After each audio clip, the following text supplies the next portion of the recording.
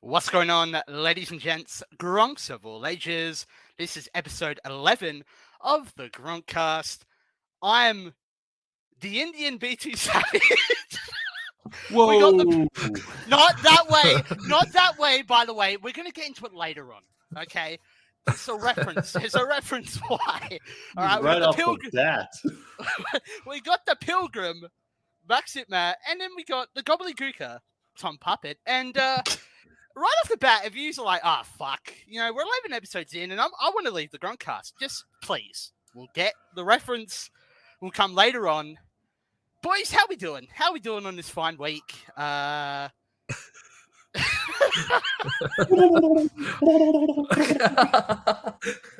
how I'm doing, I guess. Yeah, apparently. I don't know. What's the Pilgrim up to these days? No, man, I'm doing all right. I'm doing all right. I'm good. 11 episodes in, we've passed the 10 mark. So, and this episode's special to me, and we'll get into why. But this episode's really special to me. Yeah, look, Tom, would you like to get into what we are going to do for today's GRONKCAST? Yeah, of course. I'm going with the Pilgrims and Gobbledygooker or Gawker, whatever the hell, however you pronounce it. Theme here. We are going with the November 23rd, 2009 edition of Monday Night Raw, which was a Thanksgiving Raw, a special 3-hour episode. So that's why we're talking about Pilgrims and all that other crap. But look, I guess I'll go into why this is kind of special to me. If you don't care, we'll probably fast forward about 2 minutes. No, but in all seriousness, this was my 10th birthday. So November 2009. The exact day, 23rd. I'll turn 10 this day. So it's funny how this episode's come full circle, I suppose. Obviously, turning 10 years old, double digits. That's all good, whatever. But this is when I started my first YouTube channel and started doing stop motions and animations with figures. So my birthday present was a camera for stop motion, a couple figures, and it's funny how that's come full circle because now obviously I'm looking to venture into that as well as what I already do. But it's just funny how that's come full circle like that. I think it's full circle that you got to see your boy come back as a guest host on this episode. And we'll get into it more and more. But I was so excited for this episode, for you. And then when you said it was your 10th birthday, it made it so much more special for me. It was awesome. Well, probably at 10, I was probably just like, who the fuck's this old fuck? Yeah, but now at today's age and how you felt about episode, I think it was the second one, and then it coming back in full force, it was just perfect. He is your idol. And I think when you look up to people and you're like, I don't want to become that. Yeah, that's pretty much it. Yeah, you're right. Fair enough. Jesus, there's a lot of that actually on this show. But anyway, yes, there is. You guys good to get going? Yeah, let's go ahead and jump into it. Yeah, let's go. Sweet. So as we said earlier, November 23rd, 2009, Monday Night Raw, of course. And look, I want to get this off my chest straight away. First, as soon as the show intro played, and I heard that we were from Hershey, what is it? Hershey, Pennsylvania. Yeah. Right? I was like, oh no. I know who's the host this week. Because this is the time where they were doing the guest GMs, like the guest hosts of Raw, and they could book the matches, book the shows, lay down the law. They could do all of that. You know what I mean? Mm-hmm. Oh yeah. Right. And we'll get into who it is, but I should mention we kick it off with the Nickelback intro. What did you guys think of the Nickelback intro? I don't like it. Honestly, you don't like it? It's maybe an unpopular opinion. I know we've said. Go back to the first episode of GRONKCAST with the Papa Roach, and I said I didn't mind it. It definitely was a throwback to my childhood, and I didn't like it. The Nickelback intro? My favorite fucking intro of all time. I love Nickelback. Oh! Yep. Dude, you're getting cancelled this week. We're done. Yeah. GRONKCAST is over. Yeah, go fuck yourselves. My favorite intro of all time. I love Nickelback. This shit gave me chills. Love you, Nickelback. I love you, Love you, Jack Kroger. Love them all, brother. It was a great intro. Oh, fuck. And it's funny because a little side note for Binge, right? Well, me and Matt watch the shows on. They don't tell you the date of the episode, like the date. Yeah. And Yep. right. So at first I clicked on the wrong episode. I clicked on the week after the episode. So I heard the intro once. I'm like, yes, the intro. And then I seen, oh fuck, I clicked on the wrong episode. Boom, do it again. Oh, bro, the intro's so nice. I have to hear it twice. Fuck, it's so Dude, beautiful. I honestly think this could be up there with one of the worst intros of all time. Oh, Agreed. you cunts. I fucking hate this intro. I love it, bro. The only mean, thing I like, like about this intro is the final shot of Cena like waving to the crowd, like doing the salute to the crowd. It's a freaking it looks super good. iconic shot, but man, everything else in this intro sucks. You didn't Wow. like Mark Henry? No, not in the intro. So in the intro, it features some stars of MVP and more, by the way. But MVP, Gail, imagine I just ended it. MVP and more. No, but MVP, Gail Kim, The Miz, Legacy, Sheamus, Jericho, DX, Cena, Kofi Kingston, and more. We'll go with that. Oh man, that intro. I'm not a fan, but anyway, one day we might rank them all or something. I don't know, but I am not a fan. No. Michael Cole announces this is so my heart's already broken because I find out who the guest is, and we'll go through that in a second. And then Michael Cole says, "This is a 3-hour special, Thanksgiving special," and my heart sunk to the lowest it's ever been at. But it's okay. So going into it, you already knew it was a Thanksgiving episode. I told you that, so that's not why your heart's broken. The 3-hour part, I didn't know. That's on me. Yeah. Look, but at the end of the day, and we're going to have to go through 3-hour shows. If we want to watch pay-per-view, some of them are 4 hours. Some of them are fucking 2-nighters. You know what I mean? Like, it is what it is. Mm-hmm. Warming up. But I was more thinking 3 hours with, and we'll go through. But, so for the first time ever, in the main event tonight, they say, it's not placed on the main event, but it's the main event. CM Punk would take on John Cena. And considering like their massive rivalry, it's so weird to me that this is the first time they've ever had a match. Yeah. But I mean, it makes sense, like 09, but it's just weird to me. Well, I mean, on this show, you get a lot of cross branding between SmackDown and Raw. Yeah. And during this time, I'm trying to remember if they still even took the brand split sort of legitimately. Fairly serious. It was still fairly serious, but it was sort of, it wasn't Raw Super Show yet. Oh, no. It wasn't Raw Super Show, but this was definitely more of a crossover show in a way, as we'll get into later on. But, yeah. I just thought it was weird that it was the first time they ever had a match. Like, I thought maybe on a Raw back in the day, they might have just had a one-on-one match. You know, sometimes you had the face-versus-face stuff. But Justin Roberts kicks off the show, and he brings out the guest host, Jesse, the Governor Ventura. But wait, my Lord and Savior, the former WWE champion at the time, the Viper, Randy Orton. And honestly, I'm going to say something, man. If we need a king of the night, because Randy Orton was the king of the night tonight. Mate, episodes ago, I tried doing Hero of the Night, but you fucking shut me down. So, no. Did we? I don't remember that. OVW, mate. I tried putting Kenny Bolin as my Hero of the Night. That's probably why. And you fucking shut me down. Shit. So, no, we're not doing King. We're not doing Hero. We're not doing Positive Figure of the Night. Go fuck yourselves. Nah. Okay. Well, this is the age of Orton. This is the like the gray shirt, like dude, iconic look for Orton. Oh yeah, dude. He comes out and he says, "I know the normal routine that the guest host comes out only to be interrupted by someone else. Well, I don't care.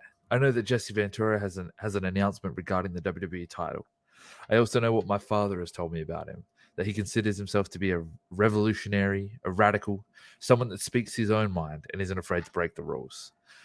Orton then basically says, come on, Jesse. I'm like, because he's banned at the moment. He can't go for the WWE title while Cena has it. I always hated that in wrestling. I just want to say that. Oh, I love it. You love it?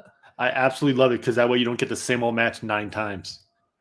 Yeah, but I just feel like you don't have to say it that way. Like, you don't have to like have a ban. I don't know. I find it weird. No, I've always really liked it. That way you can keep a rivalry going. And like, let's say Orton can just fuck with Cena, trying to get him to lose that title eventually. And then Cena's like, you know what? I'm tired of you. Let's just finish this once and for all. Like you can tell a long Okay. story doing it that way, in my opinion.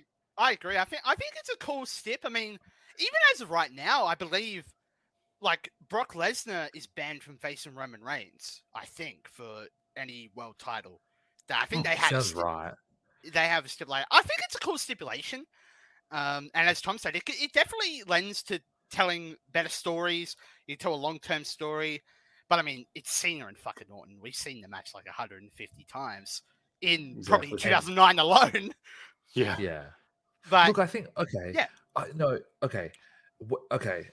I'm just trying to think the best way of how I can explain how I feel about it because I don't like it maybe because it's overdone, but when done properly, it can be really good. Like the way you just explained it, Tom, I'm down. That sounds awesome. But most of the time, it's just they attack them one time and they're like, you know what, that's it. Like, you know what I mean? Like they jump the gun on it. Yeah. So that's probably the yeah. But anyway, he taunts him out and he's like, you know, you can lift the ban. You can do it. You're in charge. Anyway, my boy, Jesse the Governor Ventura comes out. And I see a sign that says Raw is Ventura. And I have severe PTSD at this point. Raw is law, baby. Jesse Ventura's here. Oh, woo! Raw is law. Oh, God. And like, he's probably on, like, I've watched some, obviously younger, I watched all of the guest hosts. He is on more than any other guest host I know. Like, he is all over this show. I love it. It's so great. It's because he I'm knows definitely how to not paid to say this. Yeah, no, he definitely knows how to do pro wrestling promos and like how to work the script and stuff. That's why they have him on there so much. It's just awesome, man. It was cool seeing. I don't know if I agree with that. Oh, look, I'll have a lot to say about the whole guest host concept probably near the end of the show. Hopefully I remember, because I do have a lot to say about this whole concept, and yeah, I will get into that later. Yeah, so then we get this weird dubbed version of the song. It was fucking weird for the theme song. It was weird. Yeah, it was terrible. I don't dude, it was like some like 80s rock, but it wasn't right. Ventura then says, Hershey, Pennsylvania, the body is back. Sorry, the body is back. And as you can see, I ain't dressed like no governor tonight. I'm dressed like pro wrestling. And I was like, man, Vince is going to be mad. But not just at this. It gets worse. So, real quick, when he said, I'm dressed like pro wrestling, I was like, fuck you. You look like shit. That is the ugliest ass jacket I've ever seen. Go away. Yeah, it looked terrible. Have you guys seen a guy called Zicky Dice before? Oh, yeah. I don't think so. That reminded me of like that kind of get up. Okay. He then challenges Orton to a battle in the Baja match. No, but instead he says that Orton reminds me of myself, like himself. But the problem is that he's the governor. He doesn't belong to the Republicans or the Democrats. I was a little He's bit independent, Jesse. But I'm an independent. He puts himself over while I catch some well-deserved rest. He also says he's going to bring something completely new to the WWE tonight. Says Orton will not get a title shot. He basically says a long-winded version of there are so many repeat opponents for the title, including HBK, Jericho, Big Show, Triple H, Orton. Orton will not get a shot at the title. Instead, there will be a series of matches. But the only way you can be involved is if you've never been a world champion before. Now, they originally said if you've never gone for the world title, but I don't know how true that is. So, yeah, it was one of those two stipulations, but they said never been a world champion. Yeah. Well, again, later on in the show, I'm going to bring up a little issue about that as well. Oh. Yeah, I'm down. I think I know the one, maybe. But anyway, they call it the Breakthrough Battle Royal, but I want to call it and then at the end, so there'll be qualifier matches, and then they will go into a battle royal. But I want to call it, just for the GRONKCAST, the Breakthrough Battle Royal in the Baja, because if he could have named it in 2023, that's what he would have called it. Yeah, I'm down for that. And Matt, you must admit, right? Jesse Ventura, this is a revolutionary idea. Like, let's let's be real. Imagine if WWE did something like this in the year 2023. Like, Okay, imagine no. all the superstars have to be going for the world title. Like, You know what's funny? I, Mm. I literally right here. I actually don't mind the idea. Like, imagine you have like, I mean, it's tough to pick names out now, but like, you had like a Gunther. I guess they don't have to be world champions, right? That's all it is. Yeah, exactly. So you could have some bangers like like Escobar, Butch, like I mean, LA Knight. Like you could have some big names involved. Oh yeah, Let's this is do a it. fantastic Don't idea, bring him dude. back though. It doesn't need to happen. What's He that? doesn't need to be involved. He doesn't need to be Ventura? involved in that. Yeah. Oh no, you got to have Ventura, dude. You need the Baja Battle Oh, Royal. my- Yeah. the Baja. breakthrough in the Baja. There you go. And then he says, "Well, Randy, Mr. Orton, I've made plenty of mistakes before. You can't govern and not make mistakes, but I move on from them mistakes, and my rules still stand. I am the guest host, so what I say goes."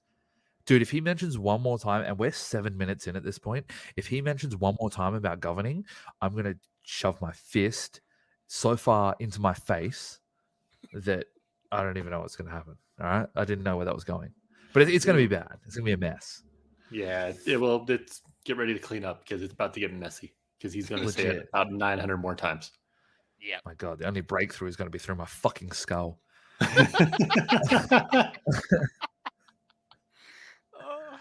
Oh God! And then they say, "Now here are the first for tonight." Like he pulls out, he's literally got like pieces of paper in his hand written on what's going to be on the show because he's that old and fucking senile. He can't even think of 3 things that are going to happen on this show. Well, I've got a lot on my mind there. I got That's why. I got a $32 billion budget. I've got all these conspiracy theories through my head. I got to make sure I keep them Oh, straight and all Oh, the facts you mate. together. Him plugging his fucking conspiracy TV show as well. Like, holy shit. We need to mate. watch that for something on the Gronkcast, like a No, the special fuck episode. we of the do Gronkcast. not. No, we do Yes, not. we do. If you're gonna fucking make me sit through a 3-hour Raw with this fucking loser, Now you we want to can watch watch his one fucking episode TV of show? You want conspiracy. more Ventura? Yeah, dude. Uh, He's won me over. No, I'm kidding. I'm kidding. I was like, what the fuck? But he pulls out these pieces of paper and basically explains what we already knew. Cena will take on CM Punk tonight. We'll also have the Hart Dynasty take on DX. They have never fought before, he says. You know what? He actually says John Cena will face CM Punk. They have never wrestled before, making it sound like they've just never had a match. The Hart Dynasty will face DX. They've never fought before. And finally, of course, the contestants of the Baja Breakthrough Battle Royale. And then I saw a sign. Made me pop because I'm struggling at this point. I'm like, this is going to be a long episode. Strap yourself in, sort of thing. You know what I mean? Yeah. And then I saw Big Show ate my turkey. Yes, I wrote that down too. Such a good yeah, I believe sign. I've seen that. Yeah, that was a good one. So good, man. But we open it pretty quickly. Thank God we don't go for like another promo. But the opening match is a qualifying match for the Battle Royal. And it's Kofi Kingston taking on Dolph Ziggler. But before we get to that, I suppose, we do go into a little bit of a hype video. Actually, no, Kofi comes out first with the track pants. And you know the theme, like the SOS theme. Love that theme. Love that theme. Fantastic. Great theme. And honestly, I liked the gear. Yeah, it looked good. The bright ass yellow trunks looked pretty good on him. Yeah, I mean, his bulge was showing, but I other wasn't than that, looking, but okay. that was a battle in the Baja. You know what I mean? Michael Cole says a really bad line before they went to commercial. Can Kofi Kingston break on through to the other side? Oh my God. We'll find out. Now, I found tonight Jerry wasn't as bad, and we'll talk about it more. He was weird, but he wasn't as bad. Michael Cole was really bad tonight. He did not want to be there. No. Oh, look, I mean, Wow. this is Michael Cole in terms like in his prime of like everyone hated him. Everyone fucking hated Michael Cole during this time, and this is when Vince was in his ear the most, just giving them the most dumb shit to say. And look, we know now. Yeah, we realize now that Michael Cole is a fucking genius. He's one of the goats. But during this time, oh man, Michael Cole was It insufferable. was a struggle. Yeah. Oh. Yeah.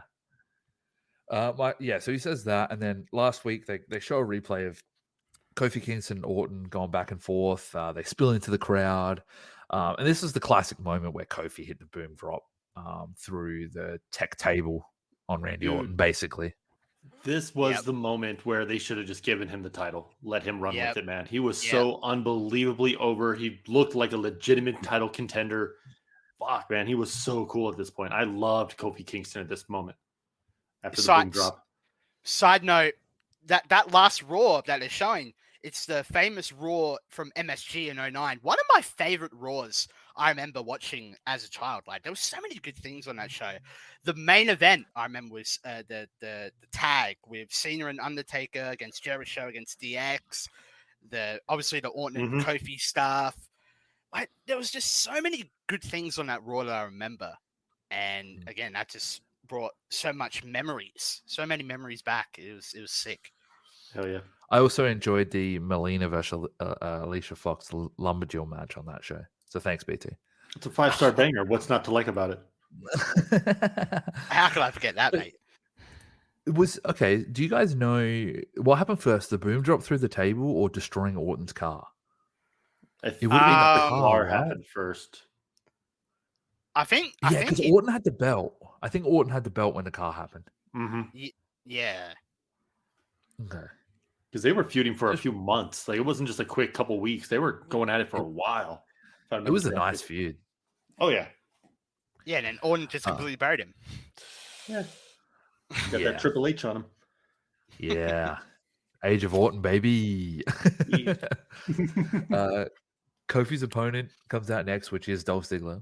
As I said, I like the idea of this, and it would work during this day. I think it would be really cool. So basically, if Raw Superstar wins, they take on Cena at TLC, and if a SmackDown Superstar wins, they take on The Undertaker. Just so that we're pretty clear on that. Yep.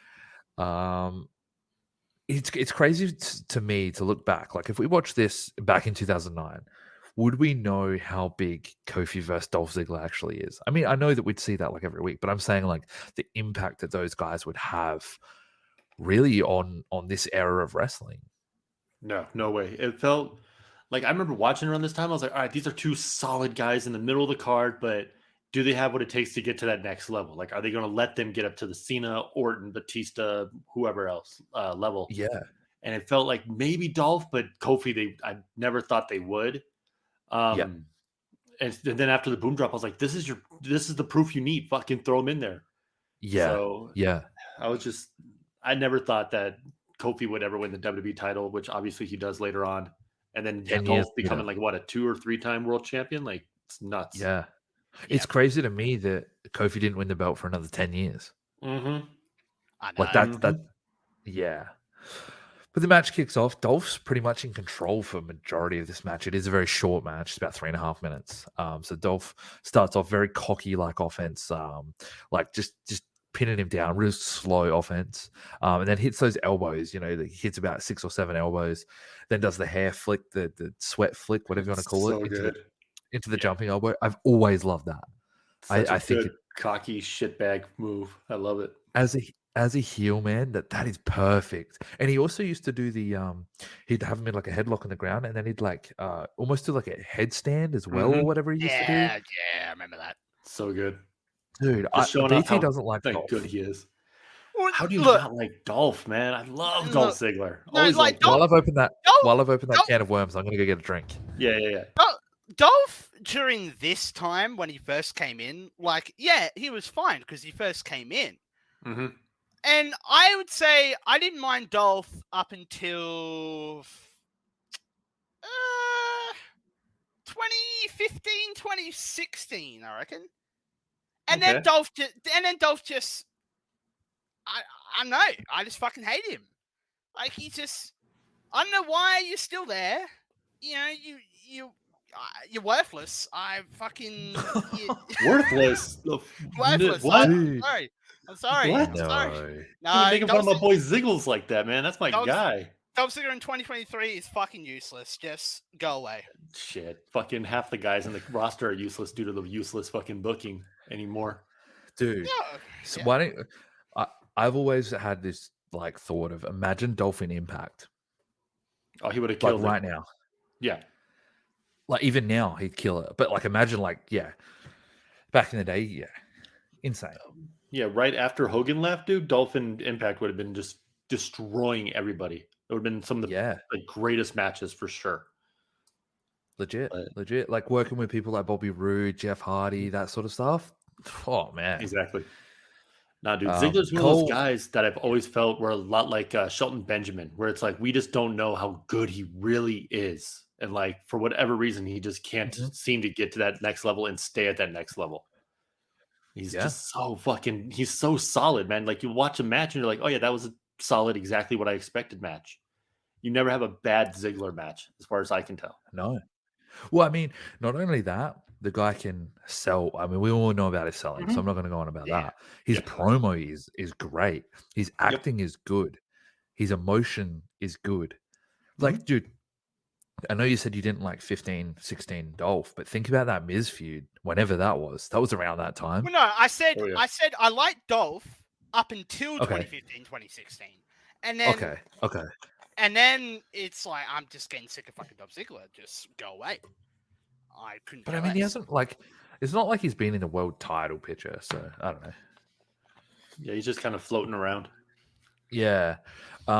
Then basically Kingston starts to heat up. It's a very short match.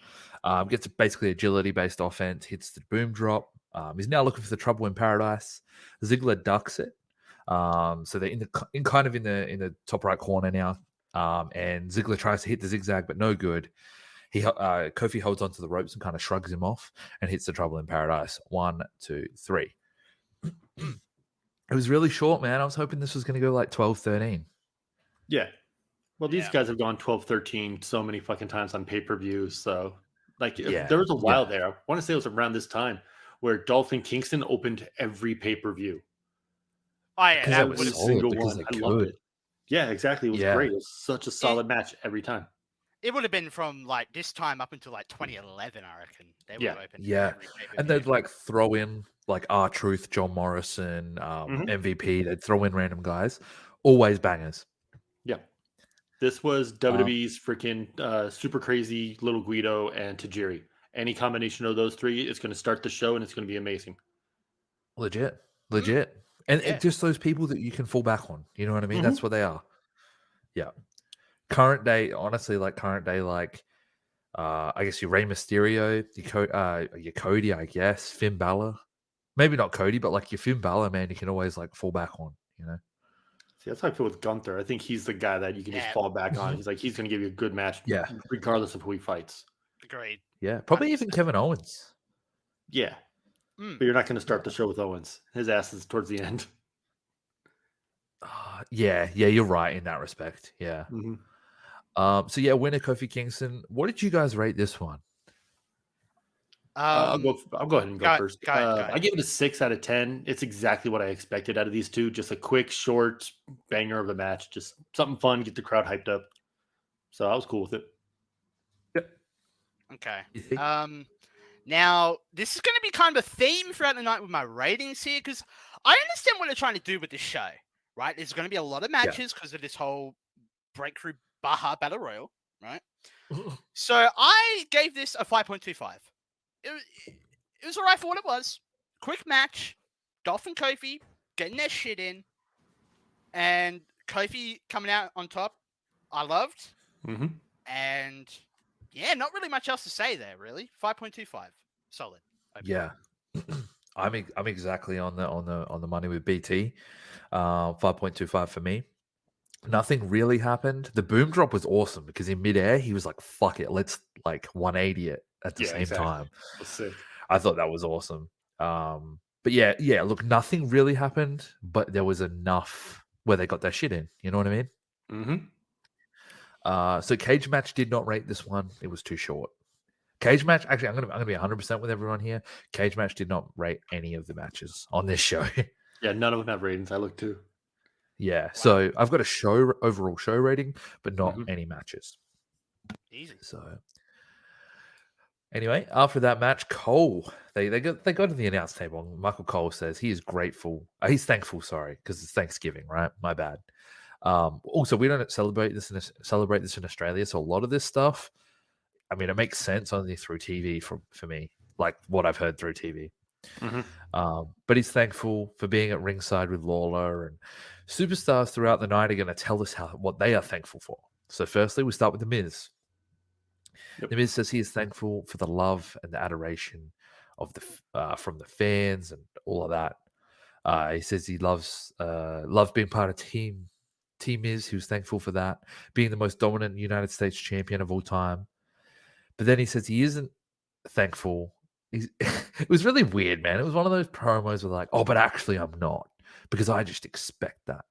I expect greatness, but the fans should be thankful because they get to watch me every week, basically.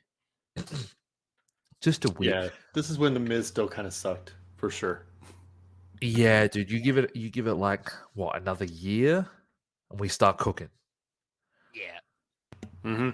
pretty much. Exactly. But this Miz, yeah. Then we get the WWE Slam of the Week presented by AutoZone. Get in the zone, AutoZone. Sheamus issued a challenge to anyone in this is last week, by the way. Sheamus issued a challenge to anyone in the back. No one answered it, I'm guessing. And then he attacked it like a timekeeper. And then he dragged him over the announce desk. And the only way that I can explain it is 2000s film cafeteria style. Just dragged him hitting each plate along the way. Oh yeah, for sure. Yeah. Like it's an old Western type of movie thing. Oh, that's Right. another good way. Like on at a bar. Yeah, good way of putting it. Yes. Yep. And then he broke kick Lawler, which I'm sure we've all thought about doing, to be fair. Yes. So A little quick side note, like, yeah. we're gonna obviously touch on this later with Sheamus. Man, they were so high on Sheamus at this time. Yeah. Like Sheamus, like he started off in ECW for a little while. The WWE version of ECW, of course. Yeah, Right. WWE, CW, yeah. And then obviously he's on the Raw. Obviously, I think it was for the draft. And I think he'd only be on Raw now at this point for only a couple weeks. I'd say, yeah, And 3 weeks, something like that. 3 weeks, and obviously we'll get into it later on. But man, Sheamus, bro, they were high on this man. Well, he So was they friends should. with Triple H. Oh yeah, they're workout buddies. Yeah. And I mean, looking forward now, and especially on this show, I guess we'll talk about it more later, but you would not have thought he'd be where he is now. Because hell trust no. me, WWE might have been high on him, but the fans weren't.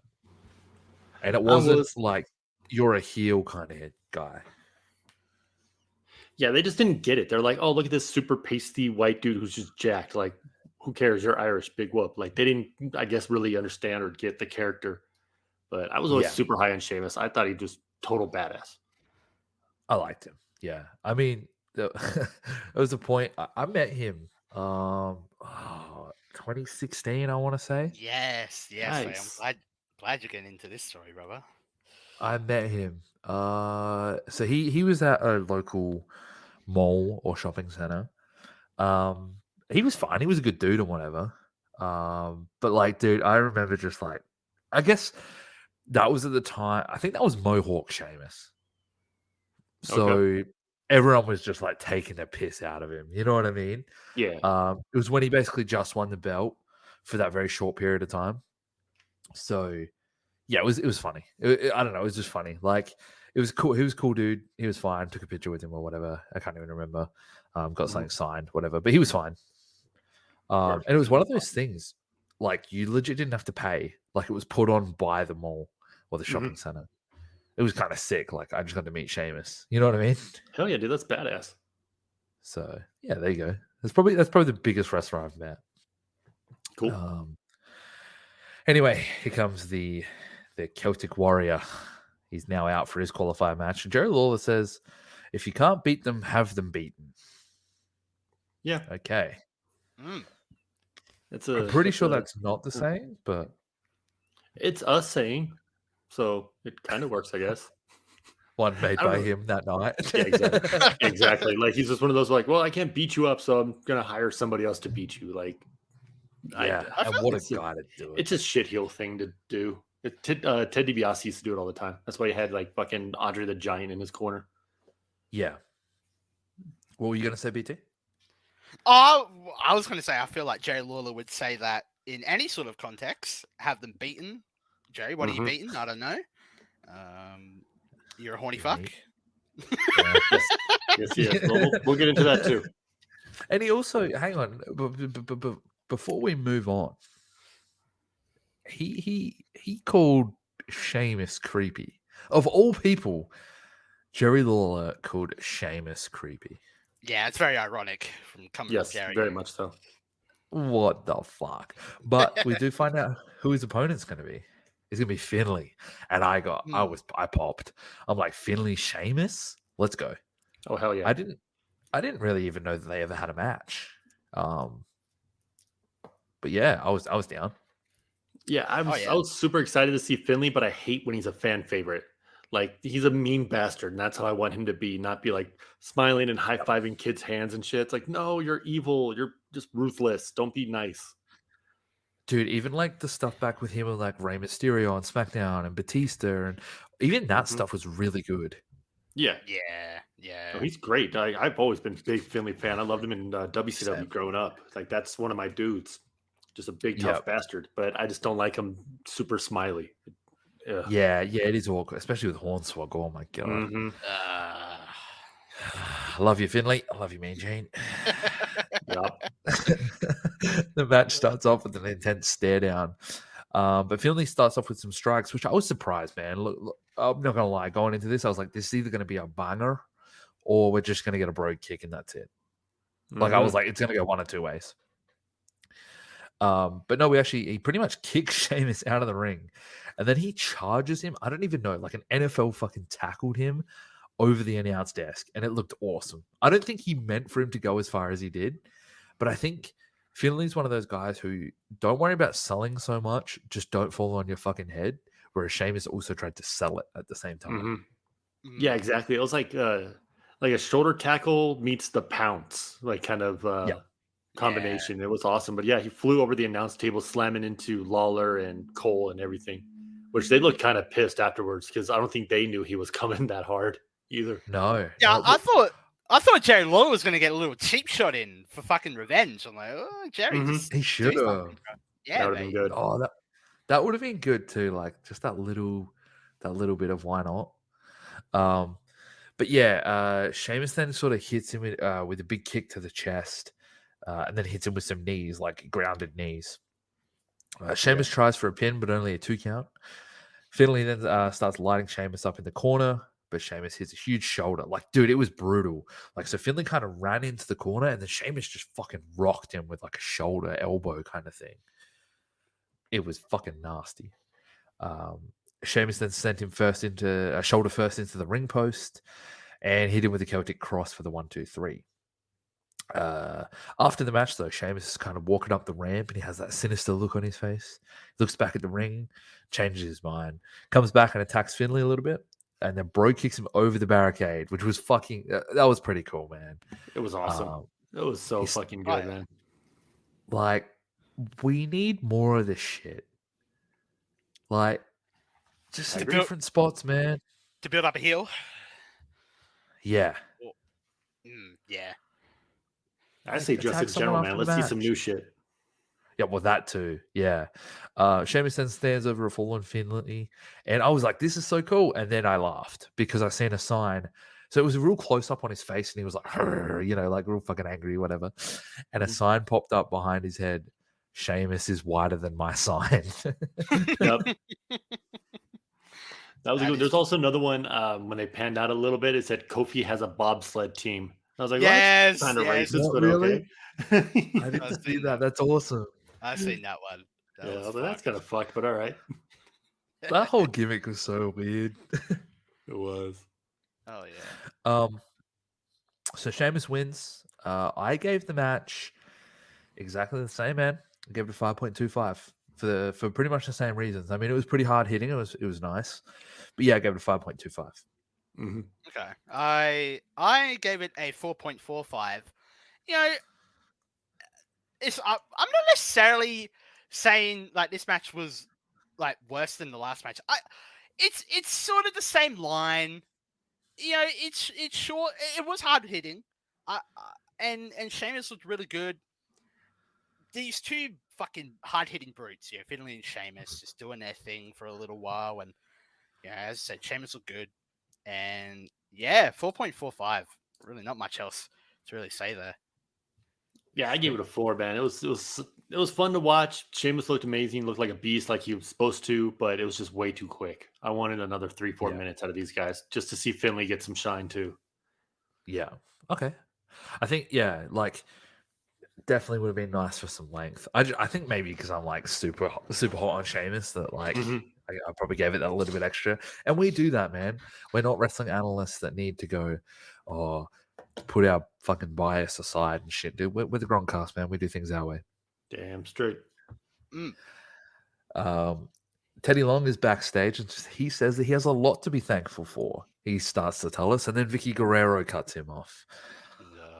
Not just Vicky, but she says, you should be thankful that Vince has put me as, what did they say? Like your assistant?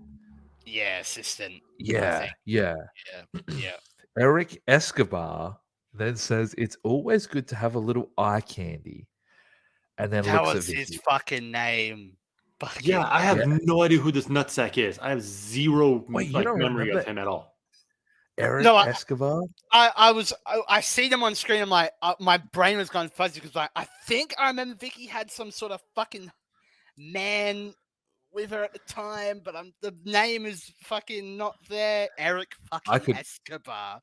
I could never forget, and I'll talk about it in a sec. Teddy, they asked for the potatoes, pass the potatoes. And then Teddy hands him some mashed potatoes, and Vicky sucks it off Eric's finger. We all know a dude named Eric that would love Vicky to suck the finger. You know what I mean? Oh, my neighbor's name Eric. He would love it. Your neighbor Eric is a creepy bastard. He is, man. He's a horrible human being as well, from what I've heard. Yes, Dude, you make it sound like I should report him to Jesse Ventura for fucking conspiracy. You should. You'd be able to meet the fucking governor. You'll be able to meet the law. The Baja. The Baja.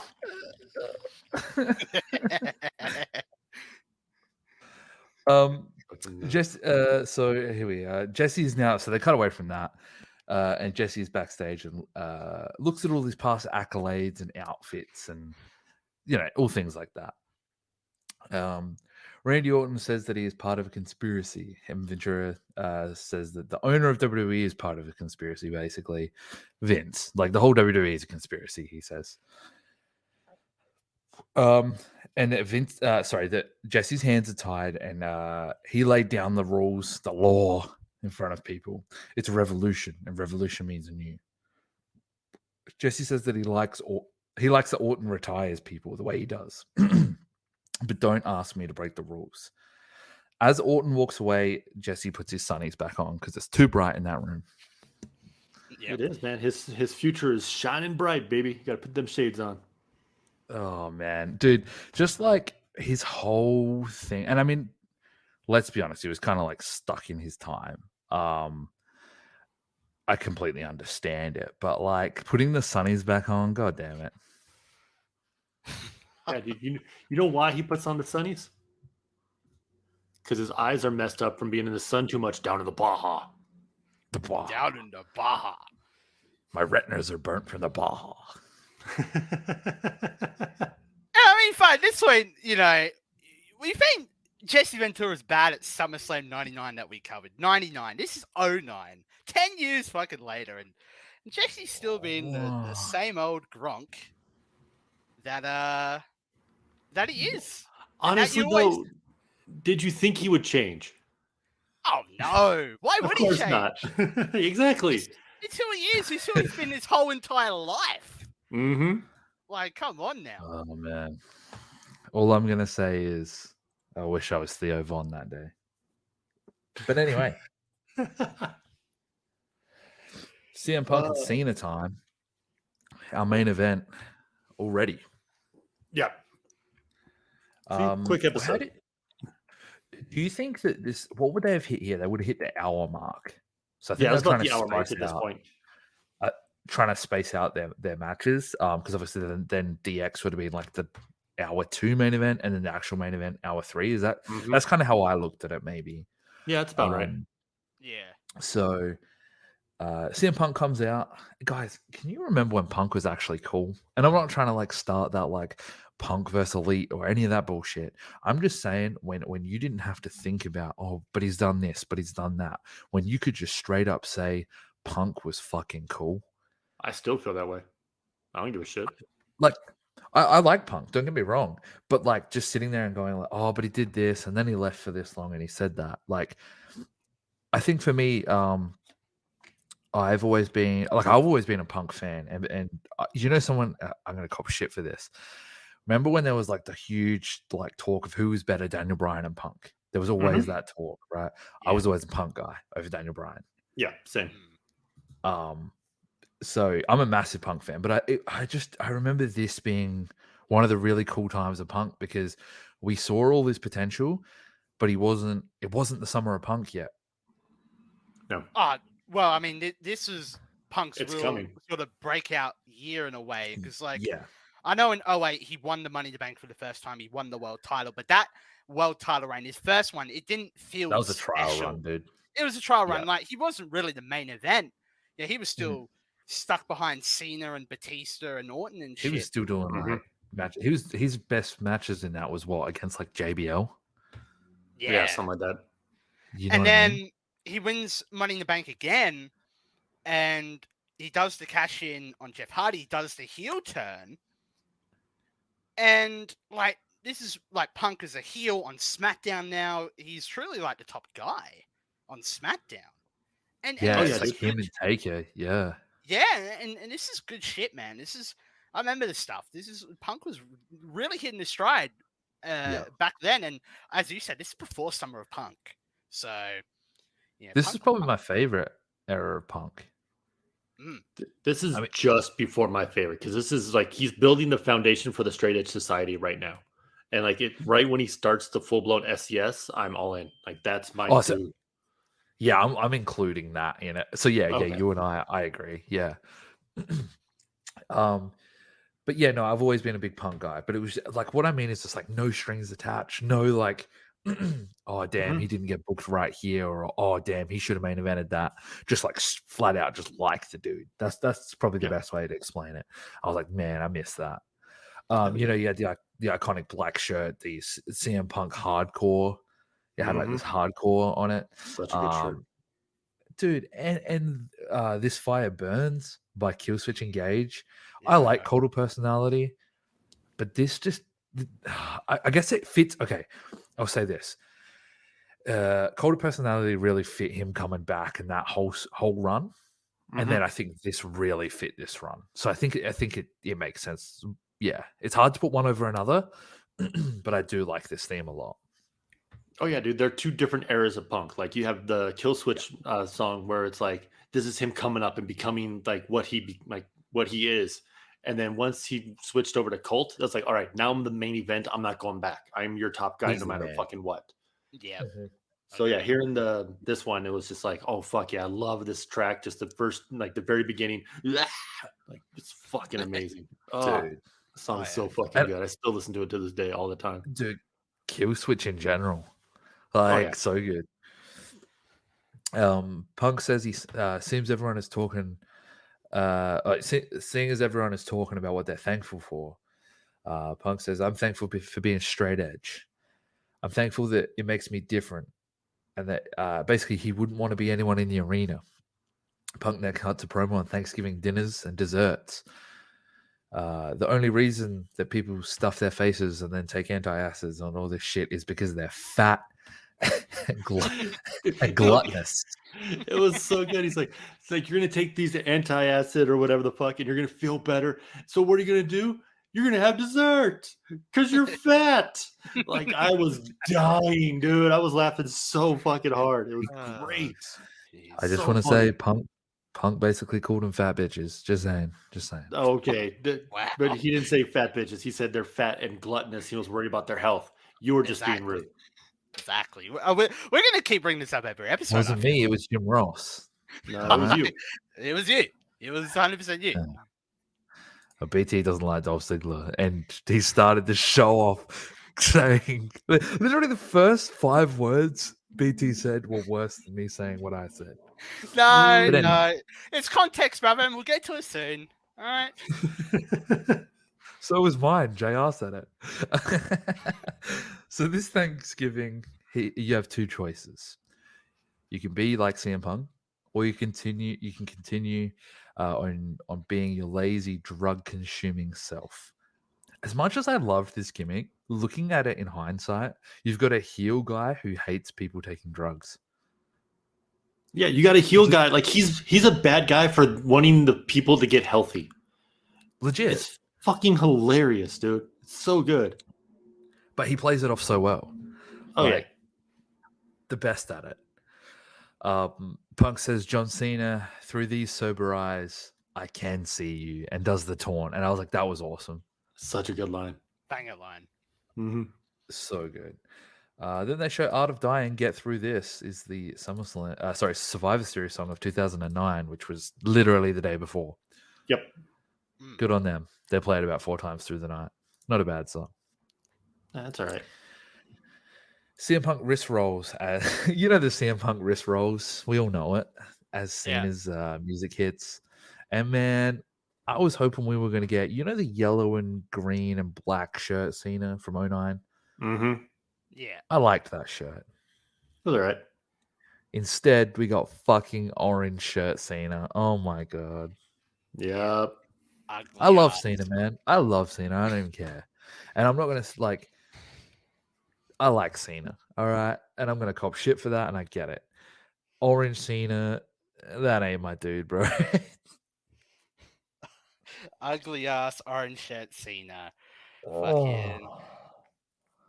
It's definitely one of his worst ones, dude. Him just fucking lifting weights or whatever the hell it is. It's bad. It's so fucking bad.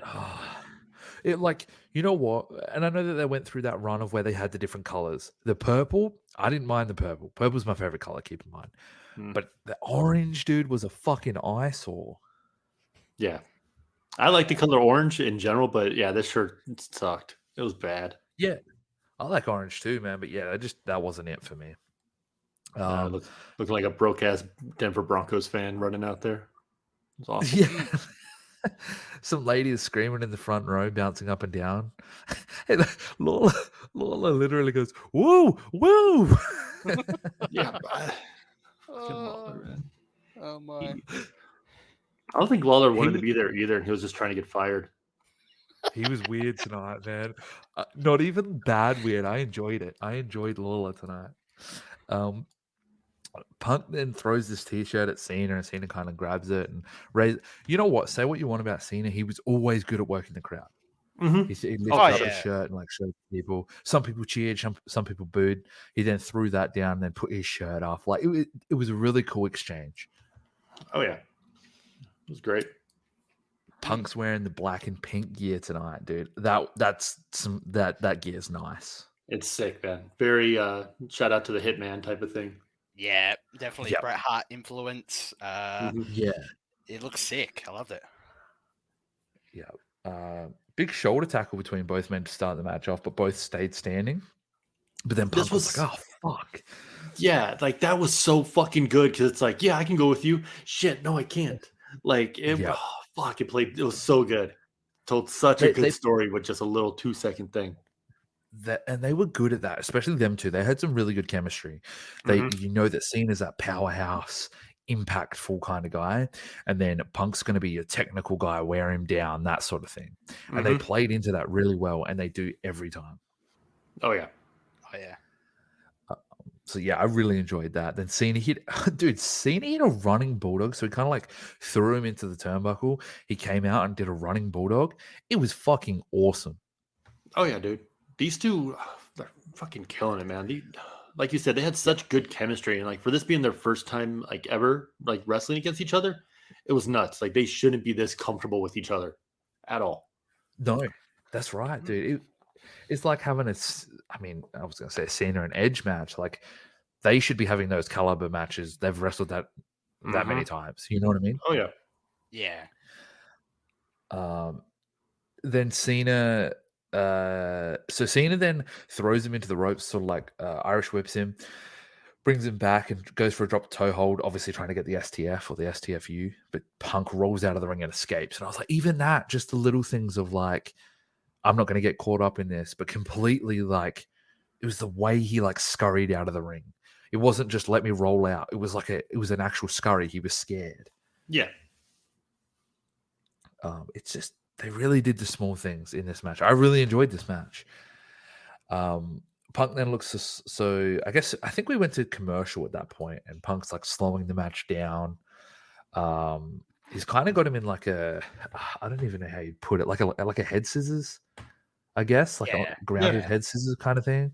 Mm-hmm. But Cena, you know, obviously the strength of him, hits him with an electric chair drop. Don't know if we can say that, but oh well. Yeah, that was insane looking. Like he was on his side. Punk's like got his legs wrapped around his head.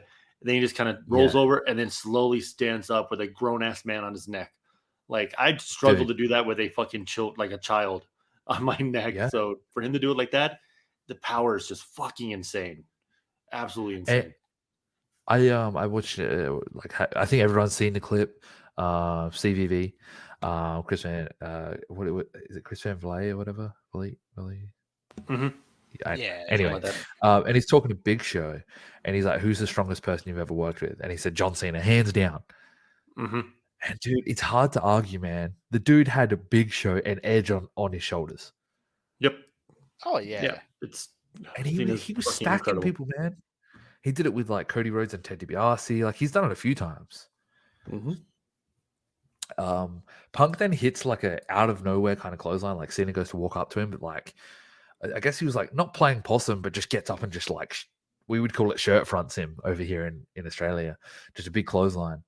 And Jerry goes, "Oh," it was weird. Like, "Oh, that was surprising or shocking." Yeah, because I don't think Cena nor Lawler expected Punk to come with a fucking lariat that hard, freaking Stan Hansen style, just throw everything into it. Shit looked great, but fuck, that had to hurt. Oh, for sure. But it was just the way he was like, "Oh, that was surprising or shocking." Mm-hmm. What? Punk then hits Cena with some elbows across the chest. You know, the I guess the lay one sort of arm out. And then after like a snapmare, that kind of position. Cena's in the corner, and Punk looks for maybe the running bulldog kind of combo that he does. But no, we get the 5 moves of doom, baby. Yep. So shoulder tackles first. Now the 5 knuckle shuffle. But dude, this AA counter, so he goes into the attitude adjustment or the FU, and it's countered by Punk. He kind of lands on his feet, but then kind of falls back. But the thing that I like about people like Punk and Cena, they're that experienced. They don't go, "Oh, fuck, that was a botch." They're like, "Let's make it look as realistic as possible." You know what I mean? Like, I'm not saying he meant to land on his feet, but it was the recovery that made it look. He didn't like pause and go, "Oh, fuck, what do I do?" He just flowed. Yeah. And good on Cena too. Like he sat there, flipped him over. Punk lands on his feet, falls, and Cena does this. Whoa, what the hell? You landed on it. Like it caught him off guard. So he took that second to pause to give Punk a second to stand back up and get back into it. Like that little bit of extra work Cena did right there made it seem like, oh, okay, yeah, it's fine. It's no big deal. It's real. Yeah. He didn't just stand there with his arms by his side waiting for Punk. Exactly. Yeah. That's what professionals do. Yes, sir. That's it, man. He goes for the GTS on Cena, but then that is turned into the STF. Fucking hell, that was awesome. Once again, didn't look the smoothest, but it didn't have to, man. It was awesome. The crowd went crazy for it. Mm-hmm. So they went crazy. Punk did grab the bottom rope to force the breakup, of course. And then I think it's probably like a good 5 seconds. Cena kind of composes himself, and Punk just gets up and kicks him in the fucking head, man. That's the way to do it. Like if he's gonna give you a second, just throw that right kick and just roundhouse him right in the fucking face. It looked good, dude. It was real good. It did. It looked better than Ted DiBiase's kick. what was his name? David Hart, fucking Smith Jr.'s Yeah, we'll get to kick. that. That was terrible. I'm glad you noted that too. Yes. The commentators at this point have said that this match has never happened before, probably about 18 times at this point. Mm-hmm. But this is classic 2009 commentary, man. They just say the same thing over and over again 10 times a match, you know? Yeah. It's just the way it is. That's the time of that wrestling. Like heavily promoted and advertised. You know what I mean? Yeah, exactly, dude. Like I honestly, about halfway through the show, I kind of stopped listening to commentary altogether. I just tuned it out. I was like, I just don't care. It's the same old shit. Yeah, it was just like revolutionary and all that. And I literally just went, whatever, I'm watching the match, you know? Exactly. Same here. Yeah. Then we got they always got to pound those key words, those key phrases down your fucking throat until you just you can't consume it anymore. And it's like, well, I don't give a fuck at this point. Mm-hmm. It's Michael Cole and Jerry Lawler. The greatest stage of them all, 25th anniversary of WrestleMania. I don't know. Yeah. I don't know. I'm losing my mind right now. Yeah. But then we get the Bulldog. We actually finally get the knees into the Bulldog, but Cena then counters it into like a huge throw. Like he throws him the whole length of the ring. That was awesome. Dude, and I instantly thought, I'm like, Tom's going to love that. Oh, yeah. No, I love shit like that because, like, again, Punk going for the Bulldog, he does the jump and Cena just kind of catches him and says, get the fuck out of here, and just throws him. Yeah. And he launches him probably 6-7 feet and before Punk lands. It was awesome. It's fantastic. Do you know the coolest part about it is exactly what you said. He literally did stop him. He didn't just push him with momentum. There was a tiny little gap there where he actually did stop him and then launched him. Yeah, dude. Big dudes doing big dude shit. It's fantastic every time. Yeah. I will always pop for that kind of stuff. Yeah, and I don't think Cena gets recognized enough for his big dude shit because he is a big dude. Oh, yeah. Cena then hits the signature diving leg drop. You know, they're facing down, I guess, starting to get to their feet, and then leg drop. Yeah, the flying famouser, man. Come on, give Billy Gunn some credit there. It's a flying famouser. I should. All right. But Punk kicks out at 2. Cena's then looking for the AA or the FU. It's then counted into an Irish whip with a kick to the jaw. So it's kind of like a drop kick, like single leg drop kick. It looked pretty nice. And then Punk, it was weird, man. He kept going for that corner knee. He then goes for the corner knee again. But Cena, I didn't really see exactly what. Oh no, sorry. So he was going for like the corner knee, but he kind of looked like more of a splash in the corner, and he got hit on the top turnbuckle. Yeah, Cena jumped out the way and he just kind of like flopped on that top turnbuckle. I thought it was a stinger splash at first. And they're like, oh, he went for the knee. I was like, oh, okay. Same. Yeah, I was like, well, it looked like more of a splash, but they did say the knee, obviously. And then we get a super AA off the middle rope. Cena wins. 1, 2, 3. It was a great match. Obviously we knew Cena was going to win going into it. The WWE champion is not going to lose on Raw. But it was a really, really fun match. Hell yeah, man. I enjoyed the shit out of it. I thought it was a lot better than I thought it would.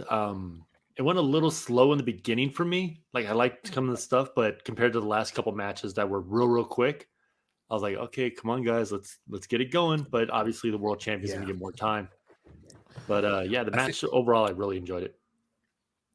I think it was weirdly paced, I guess, because there was 2 quick matches straight away, and then we go into one. Okay, we're actually gonna slow it down a little bit. You're like, whoa, I just had 2 matches that were just like bang, bang, bang. You know? Yeah, because the previous 2 matches combined are about the same length as this one. Yeah. What do we rate it, boys? I gave it a 7. I thought it was awesome. I liked it like a lot. Sweet. I gave it a 6.3. I mean, it was an all right match. Obviously, first time Cena and Punk going at it. As you boys point out, it was a little slow to begin with. But all in all, there was some good shit in this match. Cena, doing his shit, and Punk, looking really good. doing his stuff. And obviously, Cena and Punk would go on to have all-time classics years after this. But for their first time, I thought it was a solid, decent match. With obviously Cena going over predictable, but either way, I gave it a 6.3, a very solid match. Oh yeah. I was the same as Tom. I gave it a 7 as well. I really, really enjoyed this match, and especially for like the first time them two actually having a match on TV. I'm sure they had house show matches, but this was awesome. Yeah, that's 7 out of 10 for me for sure. Instant chemistry. Yeah, exactly. What's funny, and I looked this up because I was just curious while I was watching the match. Since this is their first match, it's only a year and a half from this moment that the pipe bomb promo happens. Yeah, like, it's only 18 months away. Like, there's so much more history coming between Punk and Cena that nobody in 2009 even begun. Like, none of us saw it happening. No, what was going to happen they were on between these two? opposite shows. Exactly. Like completely different career paths, and they join up for one thing that changes everything about wrestling. It's fucking nuts Honestly. to think about it.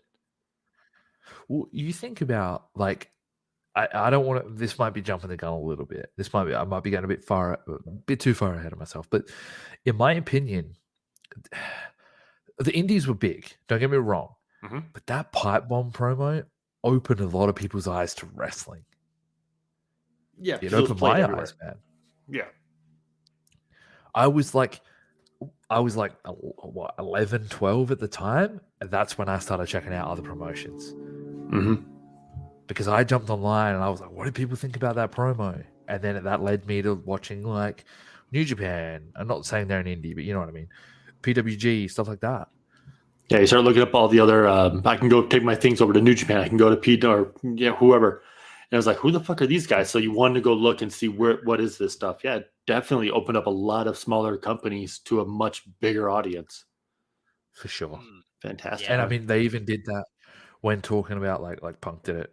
And later on with that, I think it was a contract signing when he brought up people like Chris Masters and Luke Gallows and stuff. Like, he was putting over people that legit got fired. Yep. Oh yeah. So that was always cool, and that sense of like, is this real? Is this scripted? What is this? You know, and I hate to look at that shit, and I don't look at that shit when I watch pay-per-views. I don't go, oh, I know that this is going to happen next, or you know, I just like to live in the moment. And Punk was awesome for that. Oh yeah, for sure, man. He suspended that disbelief for sure. Best way to explain it. Spot on, dude. Spot on. Michael Cole and Lawler are talking about how Governor Jesse promises this to be a revolutionary night, and they recap the promo from the start of the night. I'm not going to go through that. They discussed that Sheamus and Kofi Kingston have already progressed. Backstage, Vince and Jesse are back. Oh, God. They're backstage. Yes, they are. Man. And Vince says, if you wish to challenge me to a match, I'll tell you exactly what I told Roddy Piper. I decline and until I have better competition. Oh, man. They're taking shots at each other here, legit. Oh, yeah. No, they're definitely not happy with each other, and they're going to let each other know about it. Yeah. Jesse then says, well, first of all, that's not why. Why would I stoop so low? Why would I wrestle you? When I wrestled, you didn't even wrestle. You didn't ever wrestle. And then Vince's like, I know what you want. You want me on that conspiracy theory show. And then he says, and then he goes, no. And then Vince cuts him off again. Oh, you want me an autograph now? You want an autograph or a picture now that I'm a billionaire? And then Jesse goes, the state of Minnesota's budget was $32 billion a year. And I was like, so he's like, so that's nothing, basically. I was like, dude, but that wasn't in your bank account. Yeah. Like, what are you trying to? You know, this bit actually pissed me off. He goes, I can come here and I can run your pipsqueak operation here. Dude, then why did you accept?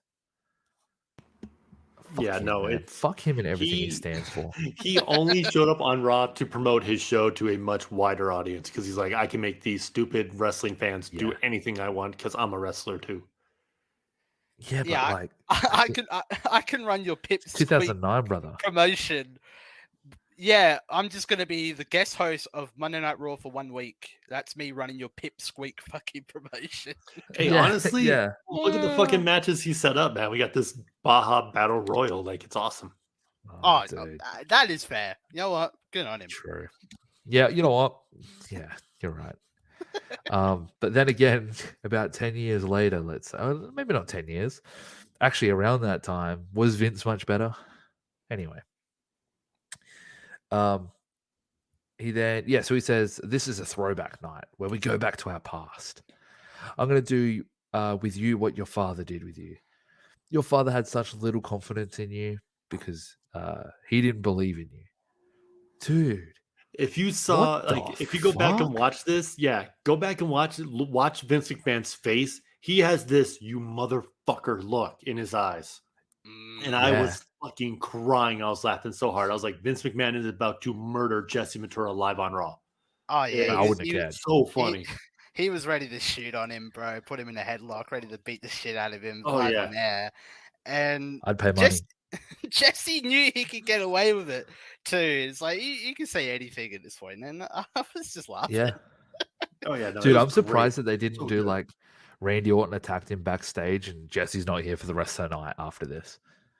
I'm surprised they didn't set up for a freaking Mania match after this, because that was the perfect line to set up a WrestleMania matchup between those two. True. He then says he has no talent and that they'll be back on commentary tonight. Says that McMahon might be somewhat good at that. And then he, God, but you know what? This is the problem with Jesse's promos, right? He goes, "You might be somewhat good at that, but then you might not be. Yeah, you probably won't. Why'd you say it then, you fucking idiot?" Because he thought about it. He's like, yeah, you might be good. Probably not, you fucking worthless sack of shit. Like, well, he's not much fucking better. I love it, dude. Then he says, "Don't run off Vince," and then gives him a tuxedo, obviously to announce, and gives him a red bow tie. And I wrote in capitals, full capitals, "Fuck me, this is AIDS." Hey, Vince looked good in that red bow tie, brother. Yeah, He killed it. really Honestly, good. I'll give him some cred. Yeah. Up next, we get a 6-man tag team qualifier match for, of course, the Battle in the Baja. We changed it. I just call it that now. Baja. The Battle in the Baja. The Baja. Chavo Guerrero, Jack Swagger, and Chris Masters are on a team taking on Team White. What's that? Yeah, legit. This is straight up Team White versus Team Black, and there's no other way to say it. You have to say that. Yeah. Because you get, Yeah. I mean, granted, Chavo, okay, we get it. Yeah, I know he's Mexican. I'm not that stupid. But he did play a white dude on Raw, so fuck y'all. I'm right. What was his name? Kerwin White? Kerwin White. Kerwin White. Yeah. Against MVP Mark Henry and R-Truth. And I was like, now, this is going to be sick. I'm sorry to cut you off, but this is where I bring up something here. Breakthrough Battle Royal, right? People have never gone for a world title. People have never been a world champion. Mm-hmm. Now, list off the competitors again, please. I believe, and I know where you're going with this, but I'll run into the bit. Chavo. He was technically ECW world champion. Yes. Go ahead. We also had Jack Swagger. ECW world champion. Yes. Chris Masters. Oh, well, obviously he went for a world title, but he never became world champion. That's fine. He's fine. Yeah. R-Truth. He's fine. Yep. He's fine. Yep. MVP. Yep. I believe he's fine. That's fine. He's fine. Yep. Mark Henry. ECW world champion. Yep. Yeah. So you're insinuating that this company gives a shit about the ECW World Heavyweight title? Well, look, they don't give a shit about the ECW World title, but it's called logic, all right? And I know people are going to say, oh, it's WWE. When you're watching WWE, you have to put your brain at the door when watching this. I don't care. ECW, no, you're right. that was a world championship at the time, technically. That was the main title on that fucking brand. And Mark Henry and Jack Swagger and Chavo were world champions. Mm-hmm. So I'm sorry, in my eyes, they do not qualify for this Battle Royal. You know what's even crazier?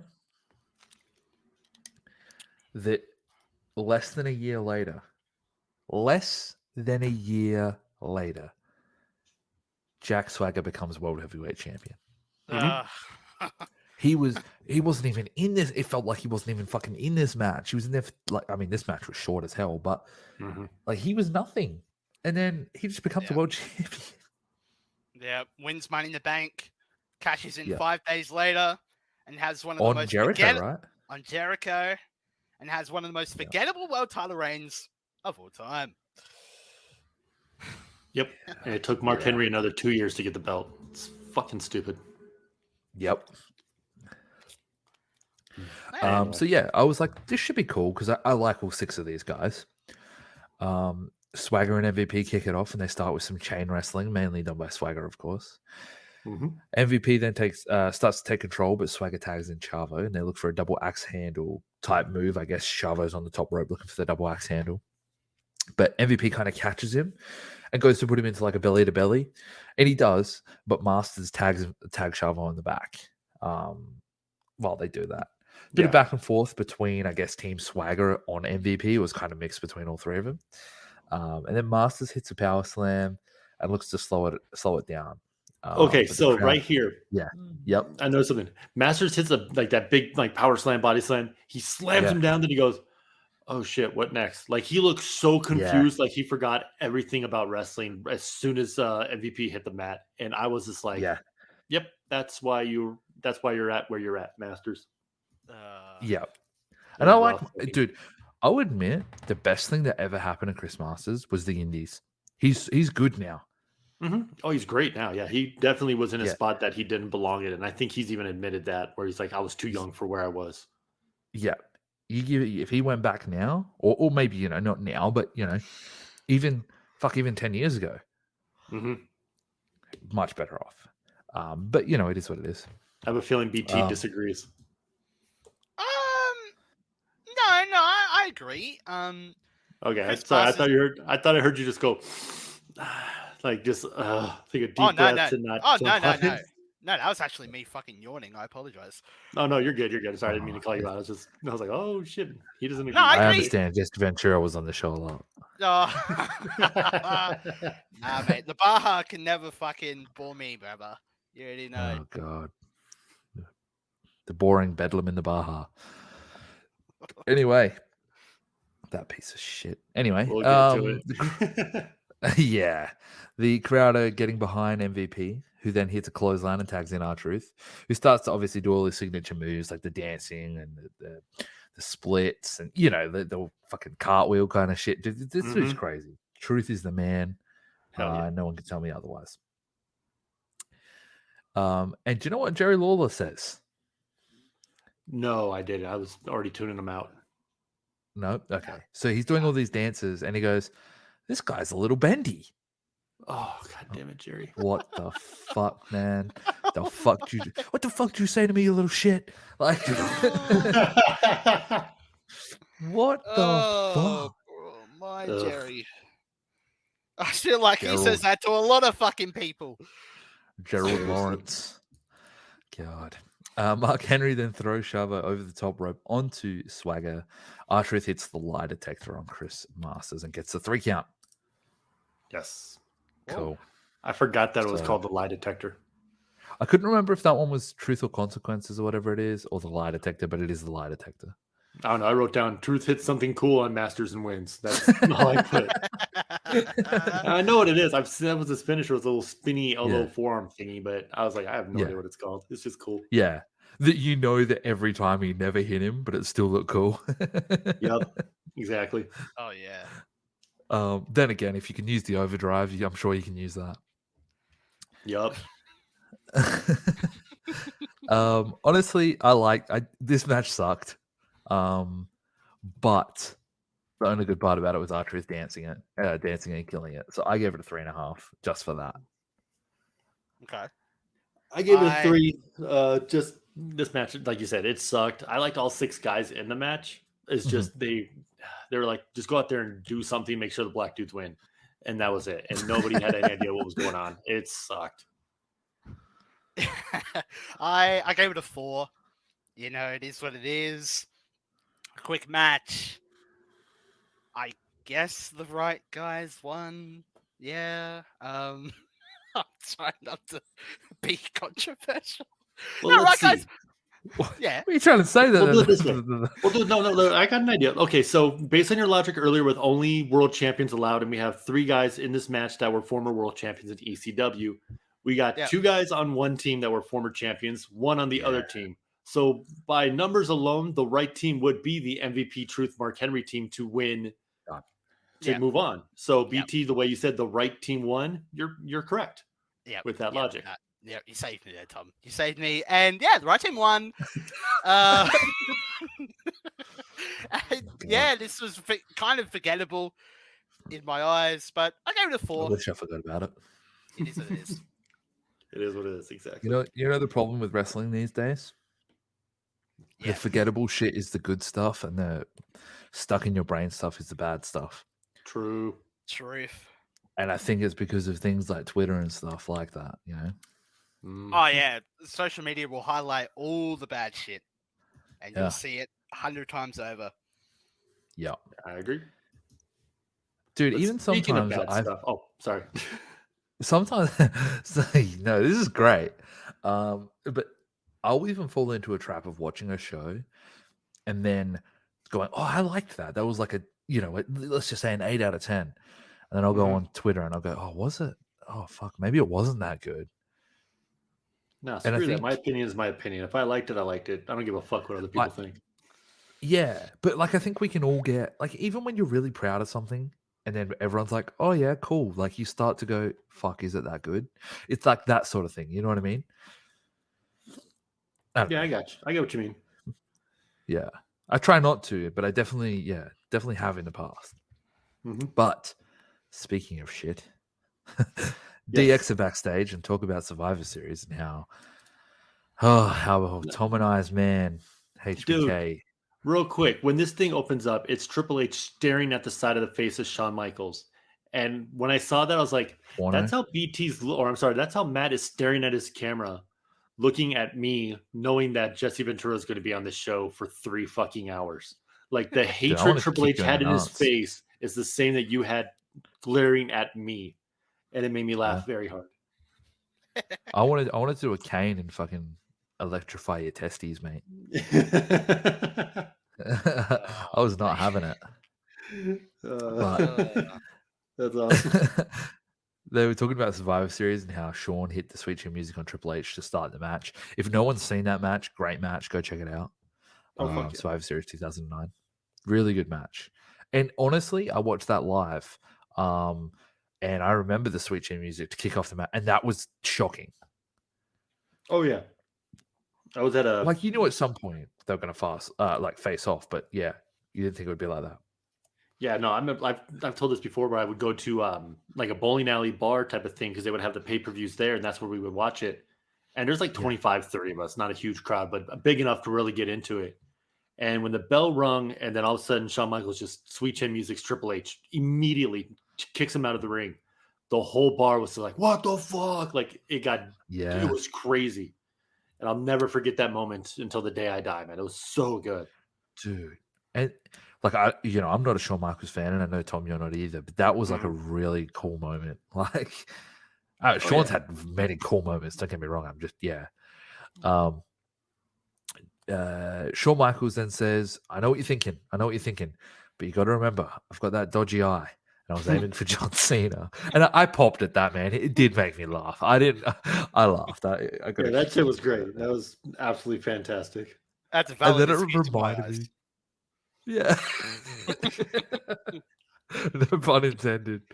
But then it reminded me of the pick a hand with RVD, and he impersonated Sean, and then it just made me laugh more. Yeah. And then you get and the camera pans around, and there's no one there. Fuck, I'm gonna try and do this justice, I promise. And then, so do you remember back in the day when we got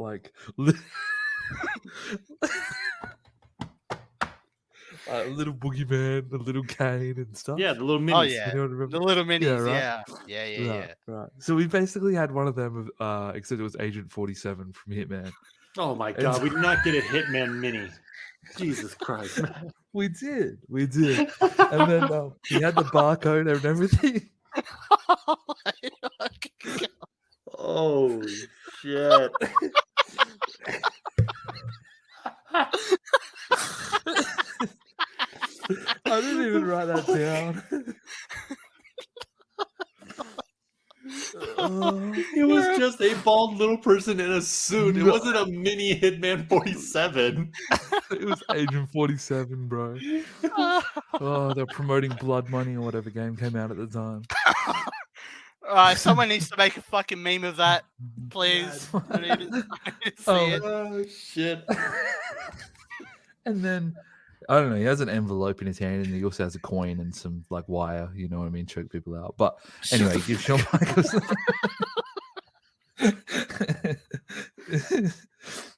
he gives Shawn Michaels an envelope. And then I don't know, he disappears, probably goes through one of the vents or something. He's still standing there. They just pick the camera up. Yeah, true. They just actually do like a close up of Shawn so you can't see him. He's probably hiding in the corner. And then he opens it, and Triple H is like, "What's going on, man? What's going on?" And he's like, "We're being sued by Hornswoggle, of course." And next week they go on a Little People's Court, and Triple H says, "Oh no, geez, that's quite short notice." It's my favorite spot on the show, by the way, guys. It's so fucking bad. Like just shitty pun central right now. Yeah, it's awful. Yeah. And I'm not gonna lie, because I remember this as a kid watching this. You hated it. I remember that. Well, no, but I think at the time, like the week leading up to the Little People's Court segment, I was very curious to see what it was like and how they would do it. I'm not gonna lie. And then the segment actually fucking happened. And for any of you who remember the Little People's Court segment, oh my fucking lord, that was garbage, cunt. Yes. We're gonna review it one day. No, we will. Fuck, we're not. Oh, we will. Oh, yes, we fucking we will. Because that what's that? Adding that to my list. Shit. Like fucking Hornswoggle's little world under the ring, Shawn and Triple H going under the ring, and woo, we get to a courtroom. Holy shit. And I don't want to this is not me saying this. They literally took the Muppets and made it that. Like they literally went, this is our version of fucking the Muppets or Sesame Street. Yes. And they made them like these fictional characters, like they don't exist. 100%, dude. It was so fucking bad. So bad. But Agent 47, he got me. Dude, why the fuck is Tom doing this shit with like us, BT? We're just like these little delinquents. And no, I think it's funny too. I just didn't think of it. That's the only difference. I'm no better than you fuckers. I'm laughing just as hard. Dude, I can't breathe properly. Holy shit. All right. Up next, we get a qualifier match, and oh my god, dude. I nearly didn't rock up to the show. I nearly hit the X and did not watch this. All right. Evan Bourne comes out, which was fine. Like, he was pretty cool. You knew he was never going to be like a massive main eventer in WWE, but like he was fine. You know, mid-card kind of guy. Yeah, he was awesome. Obviously, Matt Sydal, different topic. But like Evan Bourne, you knew he wasn't going to be that big dog. You know what I mean? Yeah. And I literally wrote here, oh great, Evan Bourne versus Primo. What the fuck is this? Superstars? Little People's Court. Now Primo. What the fuck am I watching? This is not revolutionary. This is turn the fucking TV off. Word for word. Yep. But then, my Lord and Savior comes again. Randy Orton. He attacks him. Fucks him up. And then he says he's taking Primo's spot. I couldn't have been happier. So apparently that's just how things work in wrestling, because that's not the first time it's Elimination Chamber and shit. Yes. Yeah. Exactly. So I can just go out there, beat the shit, be like, no, I'm in this match now. And they go, okay. Dude, so dumb. Why doesn't everybody Ventura do then- that? Right. Oh, you're having a title match? No, you're not. Elbow across the back of the head. But yeah, the governor shows up on the screen, and he has something to say to Orton. He says, "You demand the title shot. Rules are always made to be broken, and I can break my own rules right now, and I will right now. If you can beat Evan Bourne right now in the ring, by the way, this is right now that much. Like it's not me, that's him. You will enter into the Baja Battle Royal." So Randy and Evan Bourne definitely sounds better to me. Orton goes sicko mode to start this match off. He hits him with like a slingshot into the bottom rope. Goes for the pin, but only gets a 2. Evan Bourne then hits some quick kicks on Orton.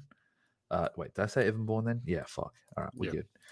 Orton then hits, the Orton backbreaker, but it's counted into some more kicks. Bourne goes top rope and hits like the double knees. I don't know how you really put that.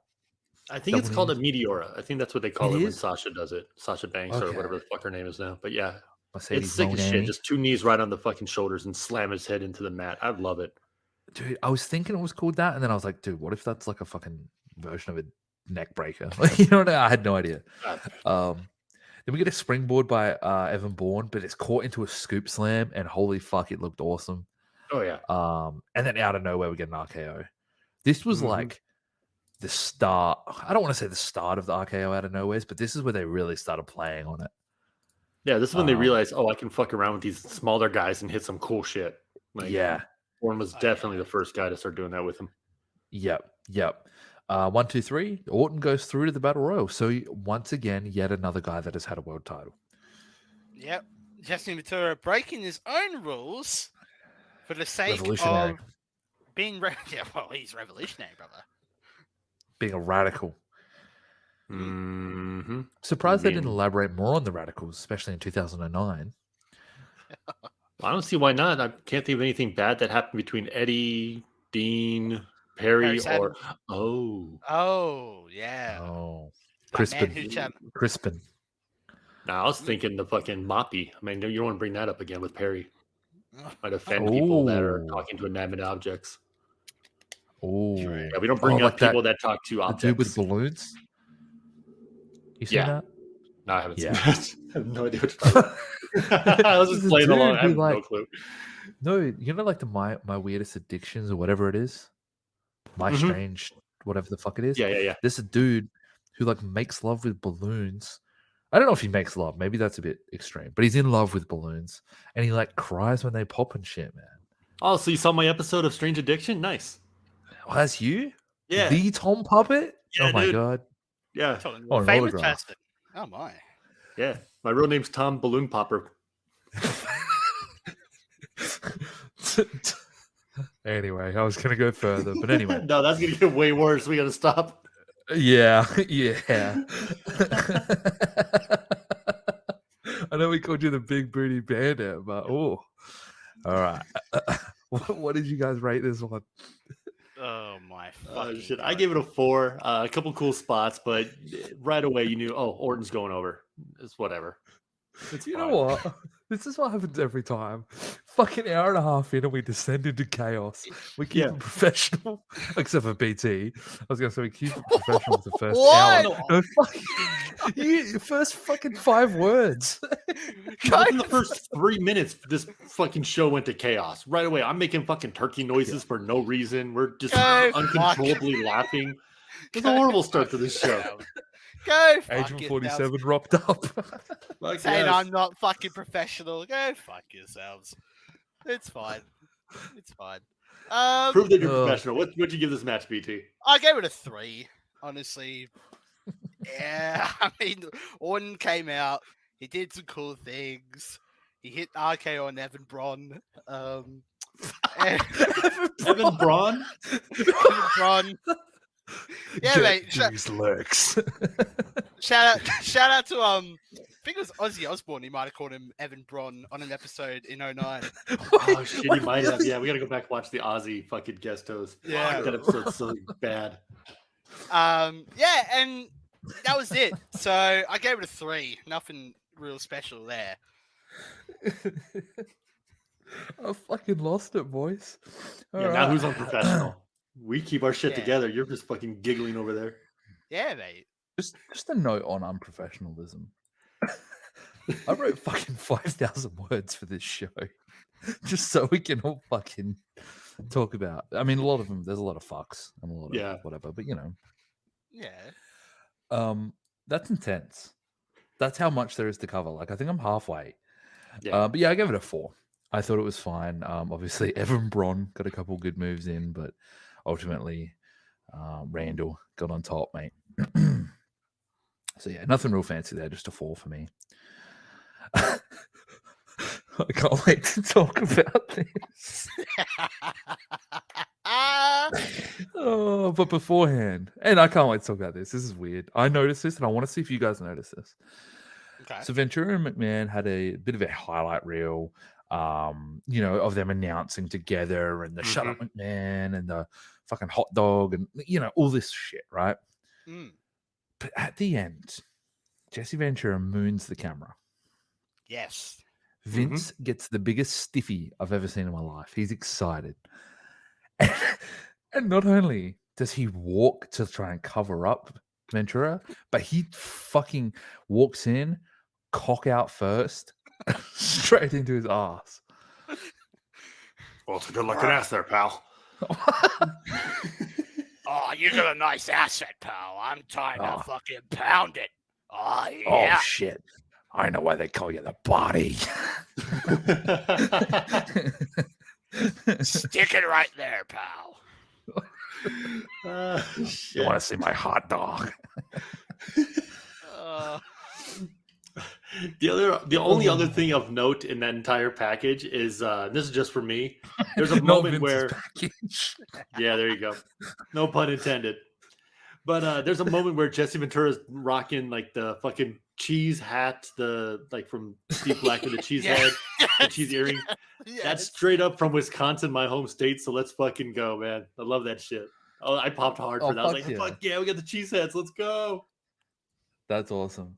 Mm-hmm. Oh man. But I hope you guys did notice, Oh, we did. Vince. Oh yeah, of course. He tried to sexually assault Jesse the Body Ventura when he whipped his ass out. Yeah, we saw it. I had to touch on it, no pun intended. Oh, you definitely wanted to touch on it. Oh, mate. The thing I touched that with is a fucking barbed wire bat. Then we get the oh man. Oh god. We get a Mayflower melee. First. Actually, you know what? BT can introduce the teams. Right. I'll do it if you want. I don't care. Well, I'll do it, and I'll do it, and then you can correct me because I know I'll probably fuck it up. Right. So we got this Mayflower melee thing going on. Yes. And the first team to come out, I believe, were the Pilgrims. Right. Mm-hmm. So we got Michelle McCool, we got Layla, and Jillian Hall. And it could have been. Was there another one, or was that it? Nope, that's the 3 of them. It was 3-on-3, brother. Yeah, 3-on. Hey, look, I'm just trying to remember, brother. It's all good. It's all good. And they make their way out. The fucking Pilgrims, looking fucking. Yeah, damn. Yeah, they're looking hot. Mm-hmm. And what I must say, we'll probably touch on it during the match. The commentators did not give a fuck during this match. They went into full shoot mode. This reminded me of the draft when they were all fucking around. Yeah. And I think, actually, do you want to touch on the promo? We got to touch on the promo, dude. Michelle McCool cut a promo. Oh my beforehand. god. Okay. All right. Yeah. They're losing. Basically, they're fucking. They're laughing their head offs at the Pilgrims to start with, and the music, and it's a whole thing. Definitely watch it if you haven't. No, you understand where I'm coming from. Don't watch it. No, definitely watch it. Fucking awful. If I had to sit through it, you got to sit through it. Thank you. That's part of being part of the Gronk Nation.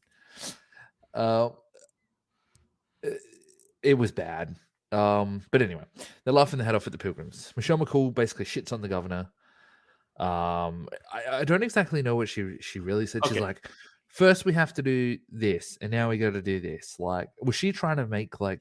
So what she was pretty What much was the saying goal? was like, I can't, like, she was pretty much saying like, yo, we're legitimate wrestlers, and here we are in these stupid fucking costumes doing this stupid ass 6-man match because the governor's being an idiot. Excuse me. Mhm.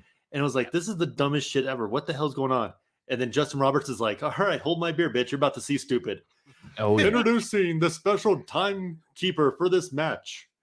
And the fucking gobbledygooker comes out, just The completely Gooker. like Yes. gives all kinds of credibility to what Michelle McCool was just saying about how Legit. fucking dumb is this shit. It made me laugh so hard. I was like, God damn it, dude. They don't care about the women at all It was at literally this like, point. I just took a shit on you and then wiped my ass with you. Mm-hmm. Like Exactly. 1000%. Did you want to announce the other team here, BC? Oh, yeah.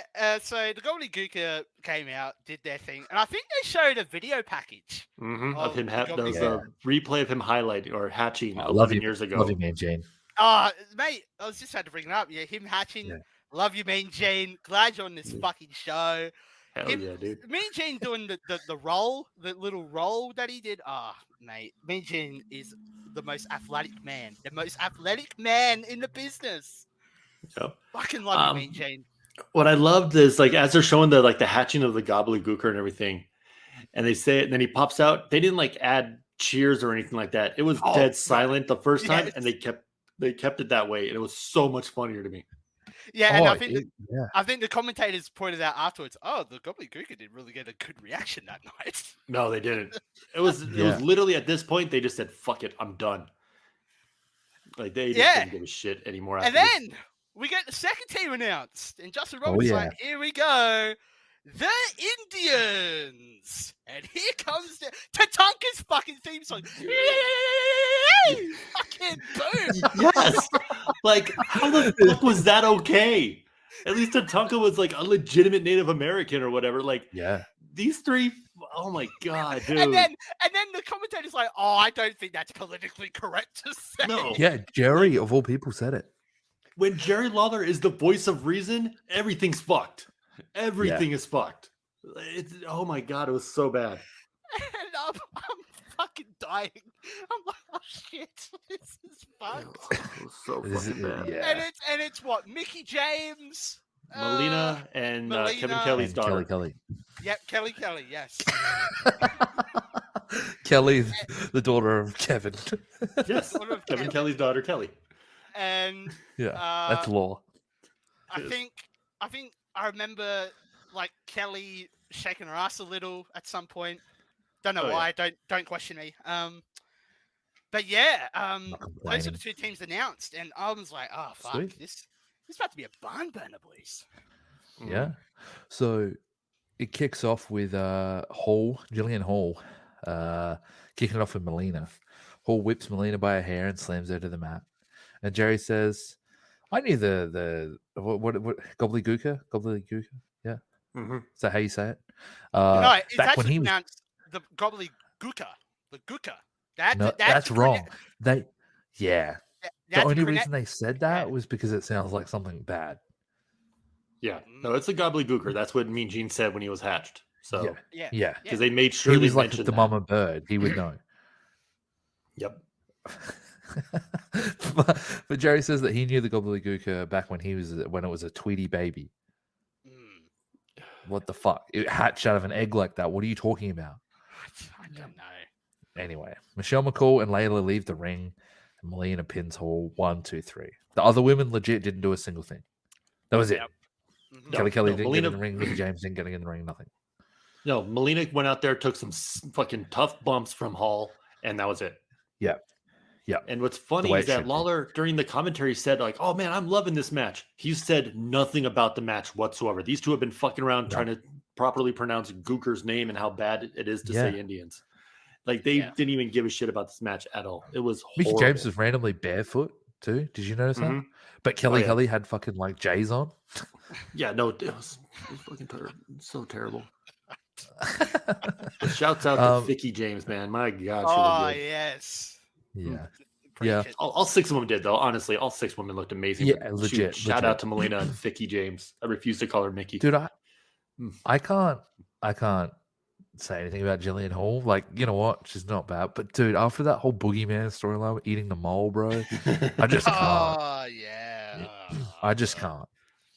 Yeah. Anyway, Yep. Joe Lawler now interviews Melina. Melina says she is happy to be with Mickey James and Kelly, but the fucking gobbledygooker attacks her. And guess who it is it is? revealed to be? Just Mean no, Jim. we're not- It's Maurice. Maurice. Oh, Maurice I thought it was is the Mean Jim. gobbledygooker. Which, what the fuck? Oh. But not Yeah, only that was nuts, dude. Just out of nowhere, Maurice is back. It's like, what the hell? All right, cool. I liked it. Yeah, That was because cool. It's a good way to she bring her left back. because she was like, depressed that she lost the belt and everything. Mhm. And only she could make that costume look half decent. Let's be honest. She then struggles to strip it all off, but the crowd is all for it.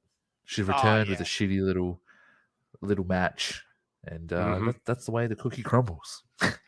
So I don't like to give a lot of credit to Jerry Lawler, but shouts out to him for not just fucking jerking off on commentary while Maurice was trying to take the costume off. Because he could have been the horniest bastard of all time. He's like, I can't believe she's back. Because you could see as well when she was taking the costume off, like her Mhm. like dress or skirt, like it went up a little at times, so you could kind of see the bunda, and she had to pull it, and you can see the crowd. The crowd were like, "Oh, us!" Yeah. Oh yeah, no, Hershey, Pennsylvania is way too fucking horny for this segment for sure. Oh, dude, they were those spurting little white chocolate Hershey kisses. You could say that, I guess. Yeah. Yep, that's one way to put it. I wouldn't put it. I that way, but love, that's one like- way to put it. I love hearing Tom always just go, "Fuck." Like, Because it's one of it's those my where it's like, I'm favorite not, part about this pod. like I'm never offended by it, but it just catches me off guard. I'm like, oh, it's so fucking gross. But I kind of think it's funny. Shit. I'm gross. I too. didn't even think it was funny. I just, yeah, it is what it is. What did you guys rate this match? I gave it a 1 out of 10. Nothing else needs to be said about that. I gave it a 2. Women looked good. Everything else looked like shit. That's it. I gave it a 2.25. This was fucking horrid. But also at the same time, I laughed my ass off and I was entertained. And Maurice, after the fact, struggling to get the fucking gobbledygook costume off and just struggling. And she did a little hand thing that she did at time, the fucking hand thing. Yeah. That was great. When she's sitting there trying to struggle it off, and like Lawler comes up, she's like, "Get the fuck away from me!" and puts the hand up. I was dying, dude. She was great. She was absolutely great. She killed it. I'll be honest. That was fucking sick. I can't lie. 2.25. Did you guys notice? I noticed it here. Like I wrote about it here, but I noticed it a few times earlier. This ring must have been super mic'd up because I could hear every little squeak of the ring. Oh yeah, dude, it was loud as hell. It was so loud, and it was fucking, I don't know, man, but it kept moving. Like it moved a lot. You know, I know that ring moves a little bit, but it seemed to move a lot tonight. Oh yeah, yeah. There's something going on with the ring for sure, man. It was great. I didn't write the first one, but did you know WWE television can be seen in 465 million homes worldwide? It's more than the NBA, NBL. I believe the first fact was about the military and how they give out free tickets. They get free tickets. To US military. All right, good on you. Yep. All right. Yeah, those are straight up just like, hey, look how fucking cool we are. Like, no one cares. Yeah. Look how much money we have that we don't have to that we can just give free tickets. You know. Yep. TNA Hey, couldn't do that. Look how little tickets we're selling that we just give them away to free people. We're so cool, Next guys. Next match, DX. Shawn Michaels and Triple H taking on the Hyatt Dynasty. Yeah, Dynasty. Tyson Kidd and David Hart Smith Jr. Is that what they called him at this time? I think it was David Hart. Or was it DH Smith? I don't even know. I think it was, either way. I don't remember. I wrote down Hart the whole time. I have no idea. Yeah, that works. Triple H and Shawn come out. Obviously, they're over as hell, throwing glow sticks out, fired up. You know how it is. Signature Triple H hat backwards, big nose. HBK, cowboy hat, little dick. You know how it is. Yep. Face in one direction, eyes in two.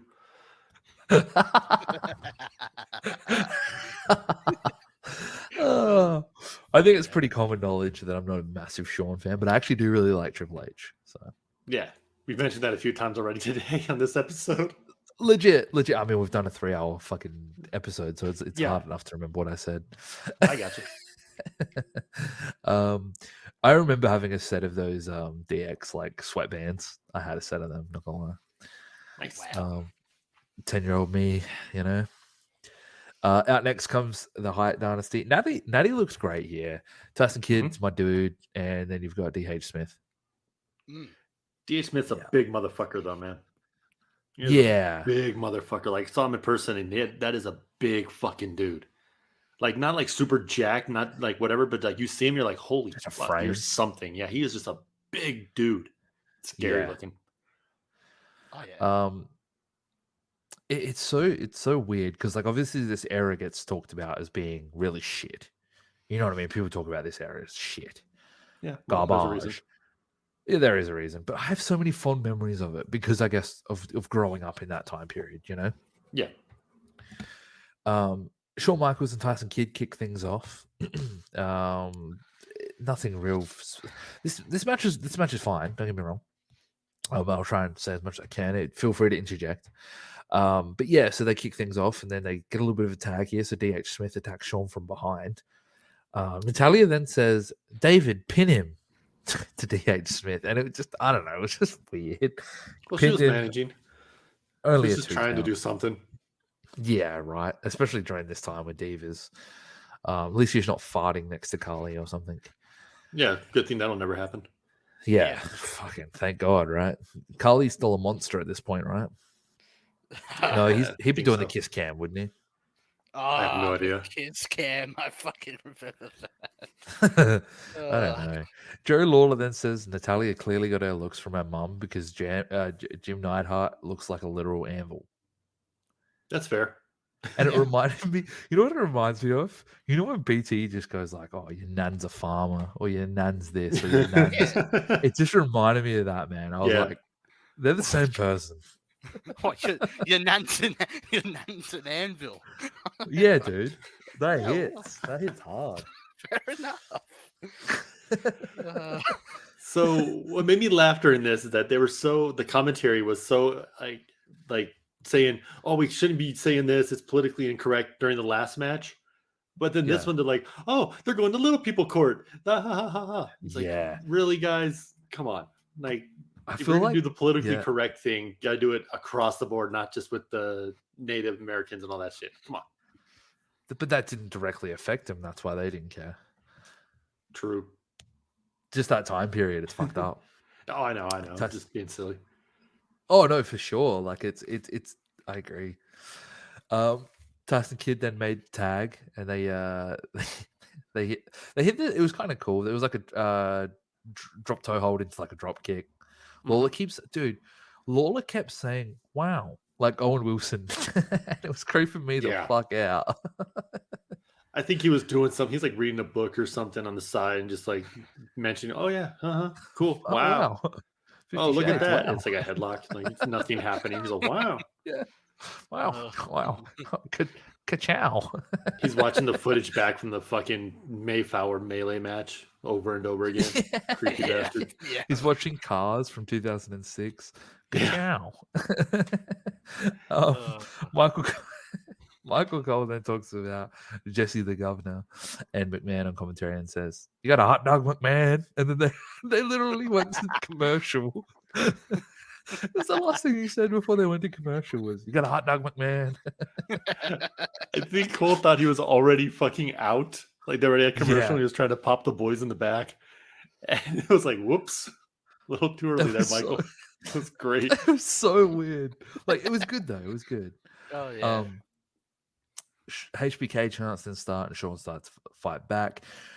He rams DH Smith into the corner. Both men hit their heads on each other. Yep. Triple H is reaching for the hot tag, as is Tyson Kidd. They both tag, and Triple H just hits some right hands to Kid, and then hits the signature Triple H knee. You know, the one, the flying, jumping knee. Yep, the high knee. That's it. And then hits the face buster, you know, so they like kneel down, going for a back body drop, and he hits that face buster. And then a clothesline. Hart then tries to help him, but is hit with a spine buster. Now it's Kid's turn to get a spine buster.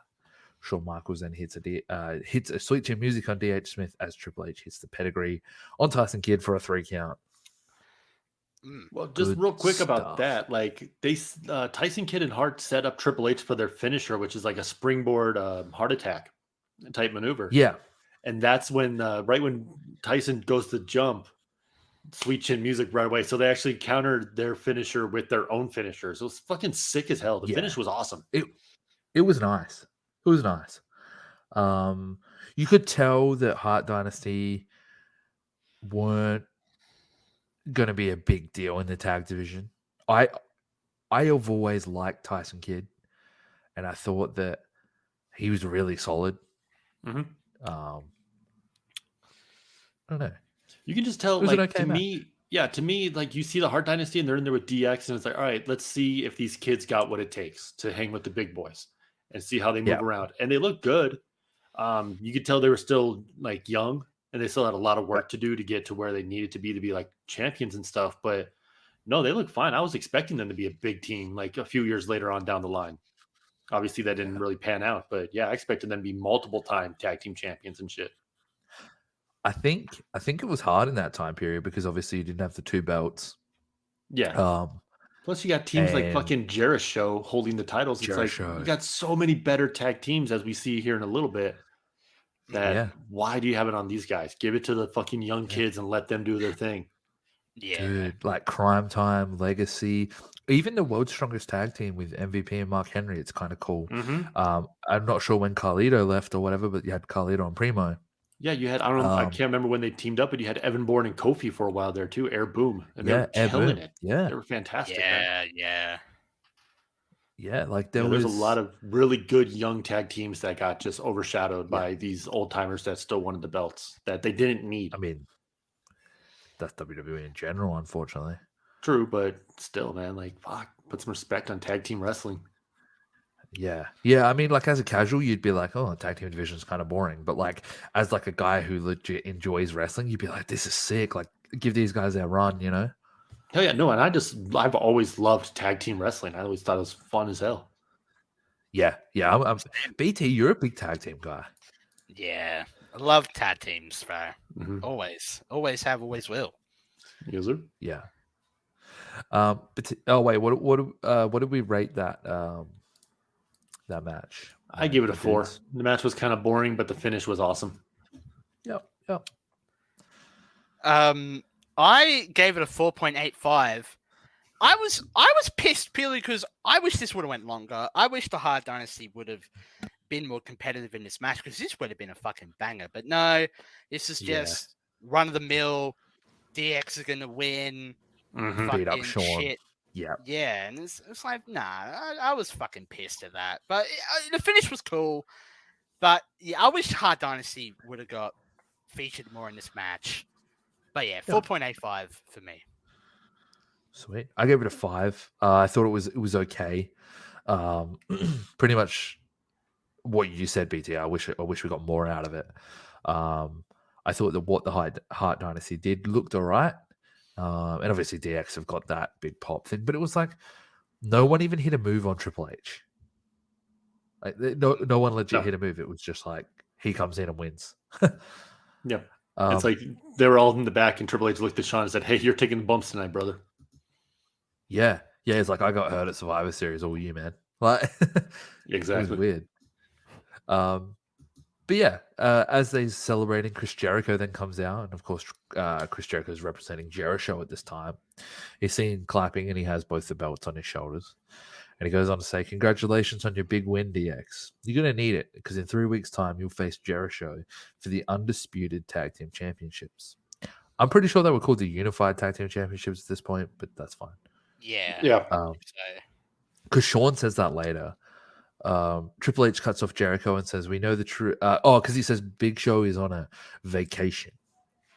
And Triple H cuts off Jericho and says, we know the truth about Big Show. Why he's not here, because this is Hershey and Big Show is over at the chocolate factory. He's eaten so much they can't get him out the door that he came in. Dude.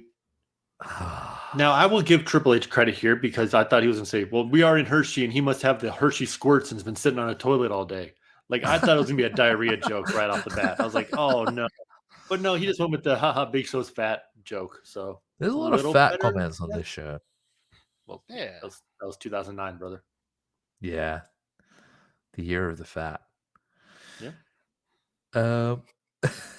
HBK then cuts Jericho off again, and he says, "One thing Governor didn't mention is that the next TLC pay-per-view, there will be table matches, there will be ladder matches, there will be chair matches. Yep. But Jericho versus DX will be a TLC match." Oh, cool! Can't wait to see Big Show climb a ladder. Yep, but he's so big. He's so big. How's he going to do it? I just don't know. Jericho says he is the best in the world at what he... Oh, he says, shut up with your stupid catchphrases, because they go to do the suck it thing. And then he goes and says, I'm the best in the world at what I do. Gives him one of his own catchphrases. Yeah, exactly. It's like, hey, fuck you and your catchphrases. Here's all my catchphrases. Shut up, Jericho. Yeah, legit. I told her a rock and roller. Nah, he didn't go quite that far. He should have. And then he says, him and Big Show are the most dominant tag team of this generation and any other. Jericho points out that Triple H and Shawn Michaels have never actually been the tag team champions. So, storyline. Yeah. Cool.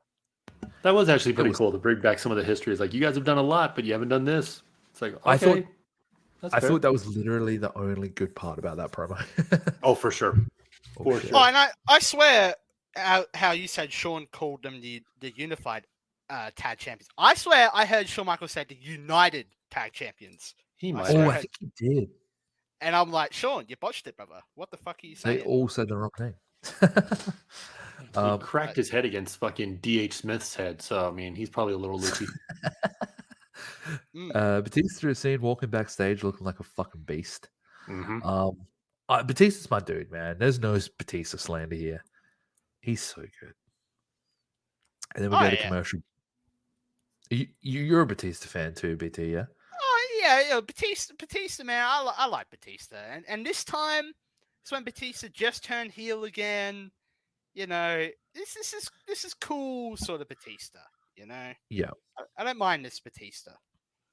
It's a lot of fun.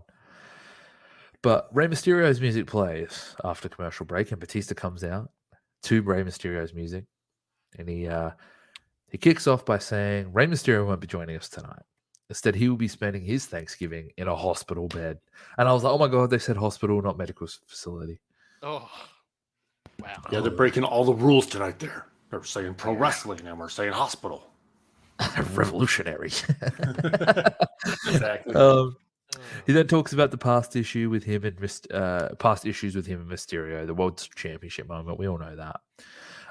Batista says, I chose to powerbomb Rey Mysterio until the EMTs had to scrape him off a chair. I thought that was a really cool line. Mm-hmm. Just really gave you that like impact of what he did. Yep. That's great. No one embarrasses me, which is why I'm here tonight to say someone from Raw better win this battle royal, because because if someone from SmackDown does, I'm going to come out here and basically fuck them up and make them wish that they didn't, because Undertaker's all mine, basically. Yeah. Kane's music then hits. He basically says, no one's going to stop me, and then Kane's music hits. No, he says, no one alive is going to stop me, which I thought was like, that's a weird way to say it. Really? And then the fire hit, I was like, oh, shit, it's the closest thing to a dead man. Oh, I love it. Yeah. Yeah, that's sick. Okay, I didn't notice that. That's sick. Mm-hmm. And then Kane has a mic, and I was like, man, that's where you went wrong. No, he was fine in this promo, but Kane talking to me, god damn it. And he says, what exactly constitutes disrespecting you? Does interrupting That's a you... fair question. Yeah. Does interrupting you as you stand in this ring making empty threats, does that embarrass you? I hope it does, because I want to see what you're going to do about it. And then Kane goes, "Please, Dave, please make an example out of me." And then they stare down. Batista backs out of the ring and then smirks and laughs and leaves. Please, Dave, pull my Please, pants Dave. down, and I will show you my Glenn Jacobs right here in the ring. Please, Dave. You guys talk shit, but I loved it, dude. I thought it was great. Just I'm not scared of you. I'm gonna call you by your real fucking name, like just mocking him. Like, come on, do something, bitch. I I think fucking that's the way he loved said it. Dave. Kane never gets good promos, and this one I thought was fantastic. I'm not gonna lie. I thought I thought thought it the was promo great. was fine. It was just the way that, "Please, Dave, Oh yeah, it's awesome. let me unmask my Glenn Jacobs." Does me whipping my Glenn Oh. Jacobs out embarrass you, Dave? What exactly constitutes me whipping out my Glenn Dave? Glenn Davis, Glenn Jacobs, Glenn not Big Davis. Baby Davis. Jeez. Next match, my friends, another Baja Breakthrough qualifier. Woo. The Crime Time taking on the Legacy. Yes, Yes. both members of the winning team enter the Baja Breakthrough Battle Royal. That's right. That's right. Shad and JTG are out first. Absolute fucking legends, man. I loved Crime Time. Such a banger theme, and they killed that gimmick. Yeah. Dude, when they said, okay, tag team matchup, and I heard the Brooklyn, I fucking popped. I was like, oh shit. Yeah. Like, I got so excited. I fucking love these dudes. I always forget how good they are every single time. Yeah, I liked this era of him too, like just before they kind of split up, because like JTG rocked that like jacket with him with like all the paint on it and shit, like the Mhm. painted jacket.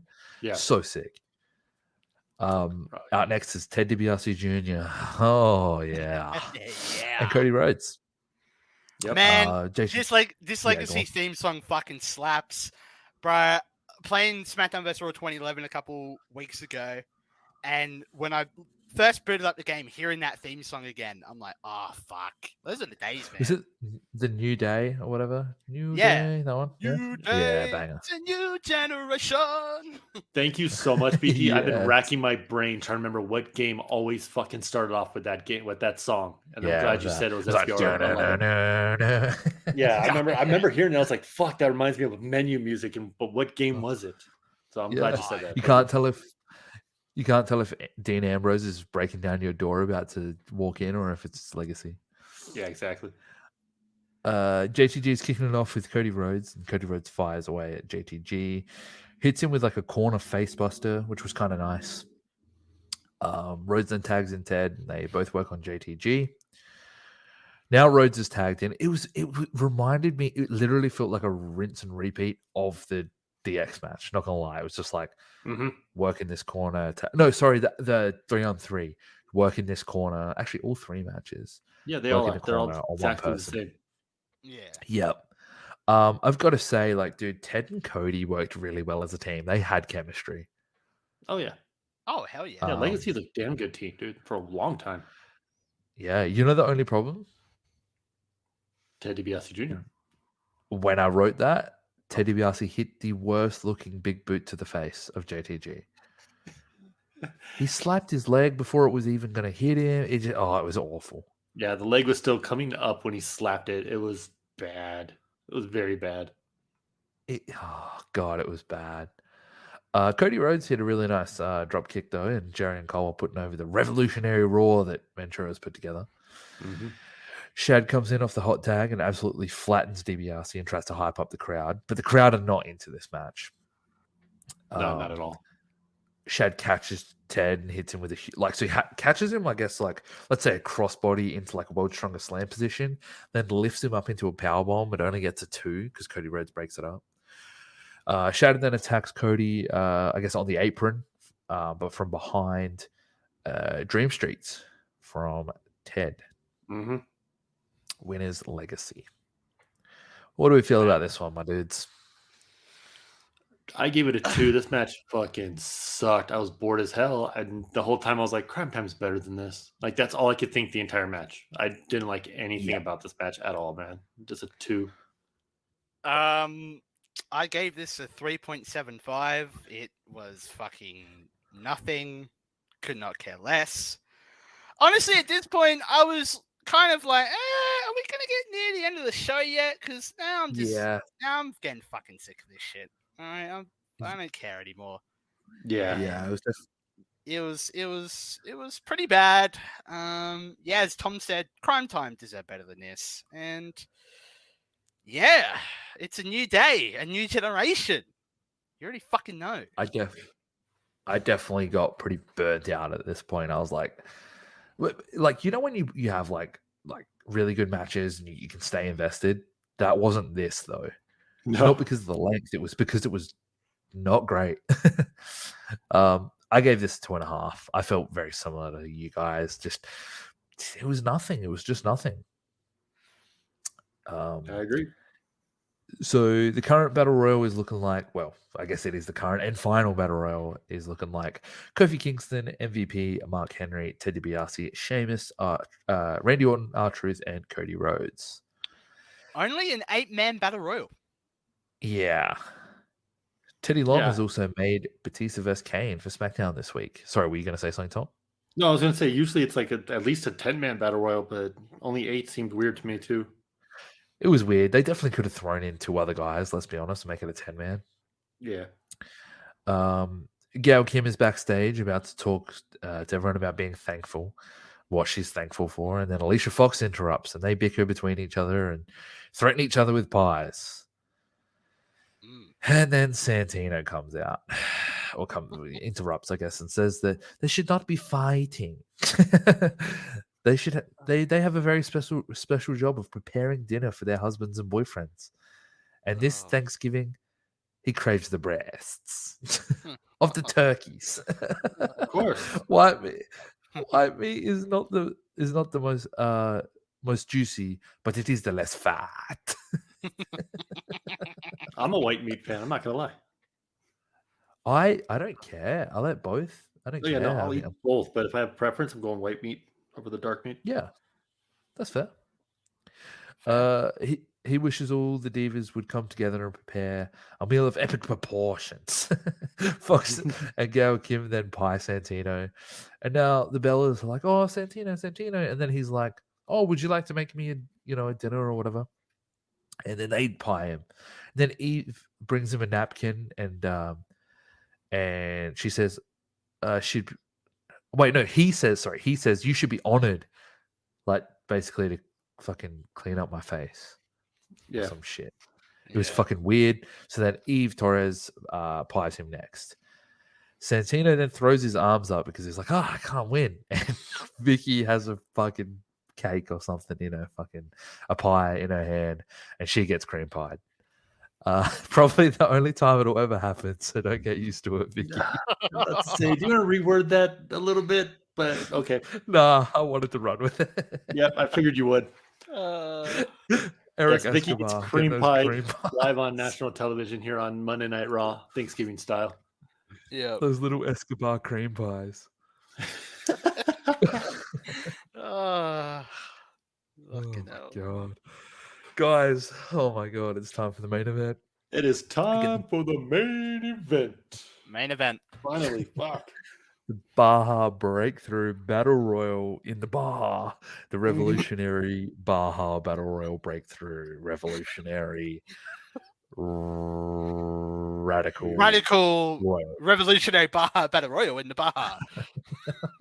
First time ever. Fuck. Jesse Ventura then comes out as he'll be doing and announcing with Vinnie Mac in this one. He grabs a mic. He says, "Is this on? Yeah." I'm in charge tonight, and I thought it would be great if we could time back. He literally says, "Time back the clock of time." I think he meant to say turn. If we could rotate it back almost 20 years ago, when I was on the broadcast team of then WWF, he then says, "Let's put Vince McMahon back on the mic where he belongs." This was fucking weird, man. Like, they're taking stabs at Vince and shit in his own company. It was weird. Yeah. Dude, I kind of liked it. I'm not gonna lie. I kind of liked it. It's like, all right, you can take the piss out of me if you want. That's fine. I liked it until I realized, oh no, wait, they're actually gonna announce this. Like, this is gonna suck. Yeah. And that's me, and I fucking hate Jesse Ventura. But I was like, no, this is kind of funny. Like, it's a little goofy, whatever. Mhm. But it just kept going and kept going. And then Ventura says the tie that Vince McMahon is wearing looks like a moron, and that a moron wears it. How the fuck does a tie look like a moron? Because it's a dumb tie. Dumb tie for He's a dumb guy. He's a dumb fuck. He's a Oh, they dumb both are. fuck. Yeah. Oh, you're right. I'll point out when Vince is coming out and Vince is at the desk, like Ventura's still holding the microphone and talking to Vince, but the mic's clearly cut off at that point. Yeah. It's like, Ventura, you look like such a dumb fuck right now. It's actually hilarious. Yeah. Also, Amazing. speaking of Vince's entrance, did you guys notice that it wasn't fucking "No Chance in Hell"? Yeah, song? yeah. What the Yeah. fuck? Why would you Yeah. not use his iconic theme song that literally everybody knows for some bullshit Saturday Night Main Event song? Or Yeah, whatever the hell well, that I is? think that's what they wanted to go with, though. 'cause I was it's so throwback. fucking pissed, man. I was like, no, use the. I want a No Chance. That's the only reason I was The excited to only see Vince come thing. out. Yeah, yeah. Kofi Kingston is the first one out here tonight, and I was like, I cannot wait to see Jesse stumble on everything in this main event. Like, calling him like just a random name or something. You know what I mean? Dude, I was so excited to see all 8 entrances just to hear Ventura and McMahon try to like talk about each one of these guys. Do you know That's all what I- though? They went to commercial and no one said it like, oh, all right, we'll be back. It just Yeah. went to commercial. Mm. Yep. No one said anything for like a solid 15 seconds. Yeah, no, we didn't get us Raw rolls on or nothing. It was fucking Nothing. weird, man. So then everyone's in the ring and Vince says, oh, what a battle royal. And then like Ventura like cuts him off. And then like, he's like, it was my idea. Yeah. And then Jesse just not randomly, but he says, oh, everyone's been telling me to say it and I'm going to say it. Shut up, McMahon. And I was like, oh yeah, the old faithful. But they're just like talking over each other. It's fucked. It is fucked. It's so good because you can tell, like, not even a minute into this match, they're both like, you know what, fuck you. And they are so angry and don't want to be there, even though it was their idea.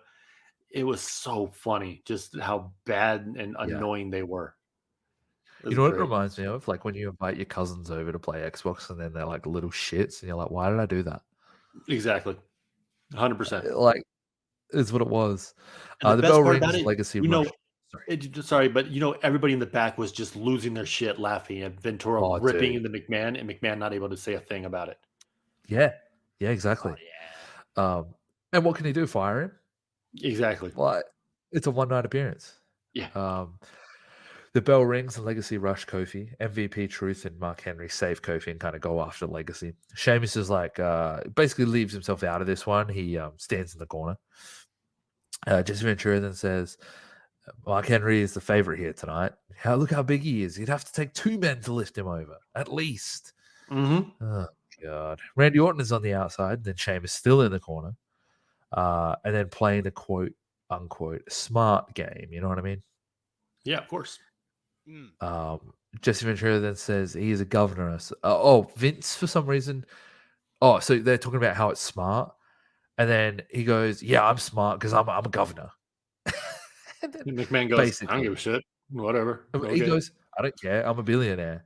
And then Ventura shits on him for boasting about it. It's like, dude, you literally boasted about it first. This is a fucking nightmare. Ted is this is where they just went off the rails completely. Again, he's like, well, you keep bringing up you're a billionaire, no one cares. You keep bringing up you're a governor, no one gives a shit. Like they just went off, and I started laughing way harder than I should have. It was great. They didn't care 10 years ago. They don't care now. They cared a little bit more 10 years ago because it was kind of relevant. But like in 2009, fuck, no one cared. No one gave a shit. Nah. Yeah. Ted is thrown in the corner by Mark Henry, and it moved the ring. Like, I reckon he fucking threw him. Oh, yeah. He hit that shit hard. And then, so about 10, 15 seconds ago, we just heard him say about how Mark Henry needs to be double teamed on. Jesse then says, oh, they need a double team Mark Henry. He's the favorite in this one. You got to get 2 men on him. Dude, what the fuck? You just said that. Yeah. Sheamus finally gets involved and flattens R-Truth and then just eliminates him, throws him straight over. Orton slithers in and goes after Kofi in the corner with Cody Rhodes. Ventura then says, "Oh, I only see one problem with Sheamus. He needs a suntan. Like, what the hell is that?" And then Vince goes, "He's just Irish." Yeah, Like, Uh, and then he was saying shit like, "Oh, is he allergic to the sun?" It was something like that. I was like, "Are you fucking kidding me?" Vince even takes a jab. It's like, well, you're not super tan. You're from fucking Minnesota. It's the same thing. Like, there's not a lot of sun. Like, what the hell? Yeah. Sheamus then hits a bro kick out of nowhere and eliminates MVP. Mm-hmm. Sheamus and Mark Henry go back and forth a little bit. Mark Henry looks for the world's strongest slam, but Legacy attack Henry and kind of save Sheamus. More looking to eliminate Henry, but yeah. But Legacy get eliminated by Mark Henry. I think it was like a double clothesline. Yeah, And it was. his back's turned, and then Sheamus eliminates Mark Henry. Now, Mark Henry being a bigger dude, he didn't go over like the first time. He like kind of got hung up a little bit and then pushed over, which is fine. The final three at this point is Orton, Sheamus, and Kofi. Ventura's asking. He's just been a massive dick. He's like asking Vince questions and then just shitting on whatever he says and making it about him. Just like really trying to get under his skin. Yeah. At this point, though, let's be honest, it's Battle of the Dickheads. Like, they're both dickheads. Big time. The best part is like at this part, Vince McMahon says something and kind of insinuates that Jesse Ventura is a coward, and Jesse just fucking snaps. What? I'm not a coward. You're gonna tell a Vietnam vet he's a coward, and just goes off. And I'm like, Ventura's about to kill McMahon on live TV. Like, it was the other way earlier when he brought up his dad. Now it's about Ventura's gonna get some revenge. Holy shit! But, it was so good. He didn't even really call him a coward. He just said that hiding outside the ring is the coward move. Yeah, exactly. And then he's like, Vince "Would didn't you say do that, anything Ventura?" wrong. And he said, "Yes." Yeah, it's like, okay, so And you it's do a like- cowardly move. What are you gonna call me a coward for? Like, oh shit. Yeah, I'm a Vietnam vet. Like, I was like, "What the fuck?" Yeah, dude, this yeah, had Kofi everything leading up to a match between these two at Mania. Everything written on the wall. Oh my god, a Baja barroom brawl. Kofi Kingston was kind of did like the Shawn Michaels spot, hanging on. But then like I guess Ron had Orton out, like head scissors took him over. Yeah, did the Rey Mysterio battle Royal Rumble spot. Yeah. Oh yeah. Why didn't I say that? Yeah, that's exactly what I mean. And then Kofi's then eliminated by Sheamus, kind of just hit with the running forearms he did. Annihilated by that, dude. Oh my god, he hit Kofi so got fucking hard. Yeah. And then so it's gonna be Sheamus versus Cena for the belt 2009 at TLC. I'm sure we all remember what happens and everything, but that's fine. Hell yeah. Yeah. Oh yeah. What did you guys think of this match? So this is the main reason why I picked this match or this show was I love a good battle royal. Like honestly, I fucking do. And this one sucked so hard. Oh, it was so fucking boring. Yeah. The first half of the match, nothing happened. Literally nothing happened. It was just Vince and Jesse yelling at each other the entire time. Yeah. So I gave it a 2. Like again, the only good thing was I like that Sheamus won, a couple good like eliminations by him, and then the Jesse and Vince fighting the entire time.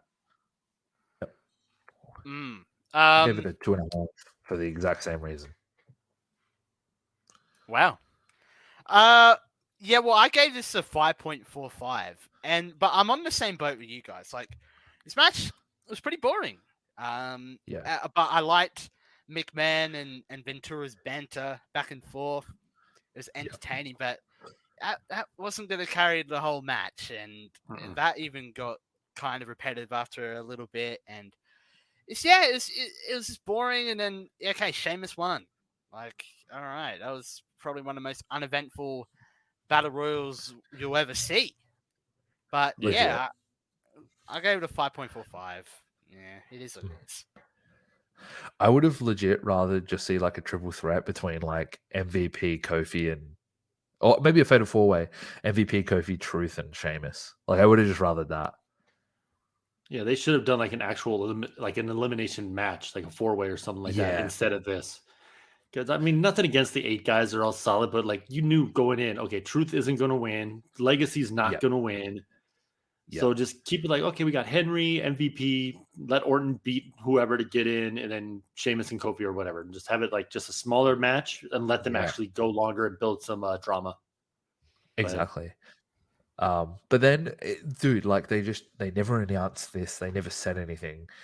Vince just goes, "Oh yeah, we're gonna have a contract signing, right? You're gonna host that, right?" I was like, "What the fuck?" Yeah, that's what I did too. I was like, oh god damn it, there's more to this fucking show. Oh, dude. I'm sorry, boys. No, but do you know what? We got Agent 47 out of this. Vince asked Jesse. Vince then says, "Oh, because he's like, I'll be doing it or whatever." I can't remember exactly what he said. Then Vince is like, "We'll be doing it naked." What? Oh yeah, because he's like, I'm going up there with my integrity. You're gonna be naked. Yeah. Like what? Yeah. Like I rewound it because I was like, what the fuck is he talking about? Like he just showed, or like maybe he got excited. We saw him how he gravitated towards Ventura's butthole earlier. Maybe Vince big had fans like, gonna do it again. Vince having You wanna say flashback. that Ventura starfish, brother. 20 years later, brother. Let's get that cock. It's time for Daddy Mac to get his due. Like, Let's rotate it back.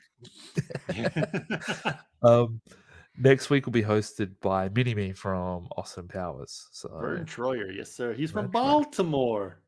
Baltimore. That's where the show's going to be from. Yeah. I hate Michael Cole. Yeah, I don't know why they said it that way. But the ring's set up. We're going to do the contract signing now. And Jesse says, first of all, it's really been my pleasure to be here. So thank you, Hershey. Appreciate it. And I was like, love you, man, Gene. Like it felt like that, didn't it? Like it was genuine. His promos, it was genuine, yeah, but his promos didn't feel like, he just felt like he was saying something. Like, I know that's what a promo should be, but do you get what I mean? Yeah, exactly. He like over says things. Ventura then announces Sheamus is the winner of the Battle Royal because we fucking already knew that. But anyway, he says this man is not only undefeated, but he has put people out of wrestling. Jesse says Cena, he's John Cena. Your presence is demanded in the ring. That's when I went, you are a fucking cock sandwich. Like you are a fucking idiot. Like just the way he talks. Like who the fuck are you? He's the law. He's a fucking loser. That was a bit of a stretch, but he's a fucking piece of shit. You stink. All right, I said one bad thing in 2 hours and 28 minutes. One bad thing? Fuck. BT, I know you're not trying first 5 seconds calling yourself an Indian. I've said it before and I'll say it again. No. Context. It's called context. All right, and we got the context and we And I created don't remember good fucking things out of that. I don't remember who said anything about Eric Escobar sucking someone off or something, but I don't know. You're the one saying that fucking Vicky Guerrero got a cream pie. Yeah, bro, and I'll do it again. Yeah, you would. You sick fuck. This is why I love the GRONKCAST. Oh shit. But yeah, what a fucking dickhead. And then anyway, he cuts off his music as well. The lights randomly go dim, and Cena is like not seen laughing, but he's like smirking. I don't know if it's because like Ventura's a fucking idiot or something. Maybe his shoes were untied. I don't know. Sheamus says, "I'm the number one contender. I demand you stand up and face me." Like, what's all of these fucking demands? They're very demanding tonight. Okay, mine was bad. Mm-hmm. Yeah, yours was bad. That's all I'm saying. Yes. Is that it? I'm just agreeing with you. Yeah. Wow. You're gonna gang up on me. This is what's gonna happen. This is what happens every time. Cena says, VT, don't you start, brother. I'm not saying shit. Go ahead. You two run on you just like run on tangents and just just make fun of me. John Cena says, "How many times have I heard that before? Normally, the guy saying it is a future Hall of Famer and names a few like Jericho, Big Show, whatever, Triple H, all of that. He says, now the man standing before me is Sheamus and demands I take him seriously. This is a really good promo, by the way. For the past 8 years of my life, I have hung in there with the best of the land, and I'm proud to stand here a champion. Not because I got lucky, not because, like some punk, I prey on the weak. I stand before you a champion because I've never given up, because I've earned it. I stand before you a champion because everyone in this arena and everyone at home, whether they like me or don't like me, they know that this is my passion and this is all I've got. You want serious, you got serious. I've performed the impossible, achieved the improbable. I've gone toe to toe with the meanest, the toughest, and every single one has been compromised. God. Yeah, and Sheamus is like, dude, I just wanted you to stand up and face me like Dude, out of respect, not fucking all Can we not that. just But all have a right. fucking match? Yeah, right. Cena points to the title and says, "Take a good look at that. You will not put me in a retirement home. When you sign the paper, you go to war with me. You better be ready to make a statement." Sheamus then says, "Let me tell you something then, Cena. I retire tell you people something, because dude." I can." Yeah. I retire people because I can. I beat up Hall of Famers because I can. Sheamus says there's nothing, that is nothing compared to what I'm going to do to you. It was pretty bland, but Cena really killed that promo. Oh, yeah. Cena and Sheamus have a stand down, and then Ventura just says, "Hey." And then Cena takes the shirt off, and then Sheamus signs the contract, as does Cena. Then Ventura says, "Whoa, I have it right here. A contract for 3 weeks' time. But, I think there's a conspiracy in the World Wrestling Entertainment to keep Cena champion. That he does the movies, he's got the looks, he does the signings." Ventura says he didn't become champ because he was a rebel and wasn't like Cena. And then Cena basically goes, I don't know if he shoots on him, but he's like, "Are you calling me like a coward?" Or like basically shit like that, you know what I mean? Yeah. And stares him down, and then Sheamus bro kicks Cena and picks him up, throws him into the ring post, and grabs him and power slams him through the table. And Ventura says, "Guess what? This match," he's like, "Guess what? This match will be a table match. It will be a table match for the title." I was like, dude, you see what I mean? Like, if he had just said, "This match is going to be a table match," cool. Mm-hmm. But no, he has to add, "This match will be a table match for the it will be a table match. It will be a table match for the title." Like, dude, come on. Yeah, he butchered the shit out of that last line. Yeah. The show ends with Sheamus. We didn't know. It could have not been for the title. We don't know. I'm glad he clarified it. The show ends with Sheamus' foot on the throat of Cena holding the WWE title, which was a really cool visual as well. Mm-hmm. The crowd didn't give a fuck, though. It was like, nope. I guess, whatever. Yeah, they're like, now. Sheamus. Yeah, cool, whatever. Yeah. I mean, I sort of felt that way.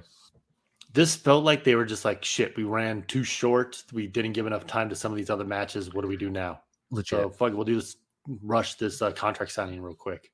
Let them go out there and just do their thing.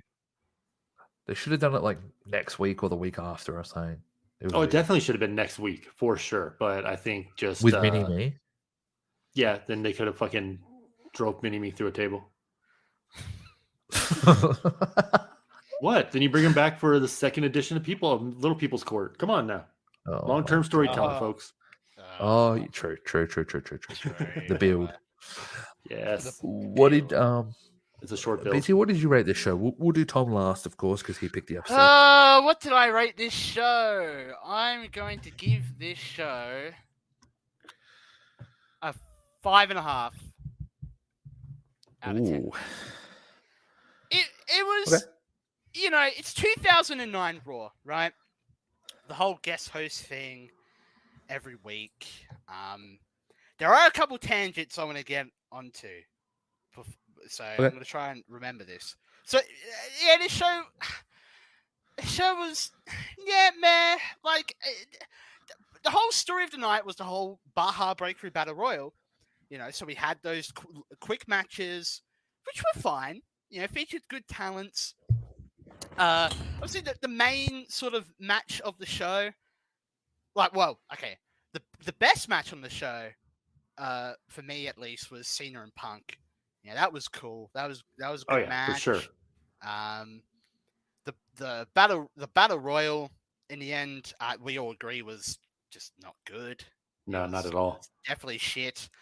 The promos on this show were not the best. The funniest thing on this show was the women's fucking match.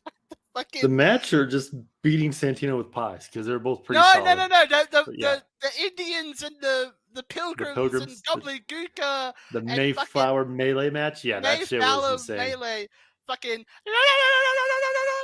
the Tonka's gonna come out. Fucking I'm still cracking up over that. It's so weird. Like I rarely like audibly go, "What the fuck?" Like when I'm watching wrestling, and they're like, "All right, now time for the Indians." And Tatanka's theme hit, I legit was like, "What the fuck? You can't do this." Even in 09, you couldn't do this shit. This is 09, brother. Like, what the fuck is this shit? It was horrible. So, all right, let me try and get into tangents. Well, first off, I'm back. the Cena promo, right? Mhm. Now, look, I think we're 11 episodes into the GRONKCAST. If you don't already know, I'm not a Cena fan. I don't like Cena. I don't like his character. Matt knows I don't like Cena, of course. But this promo, right? This promo was good.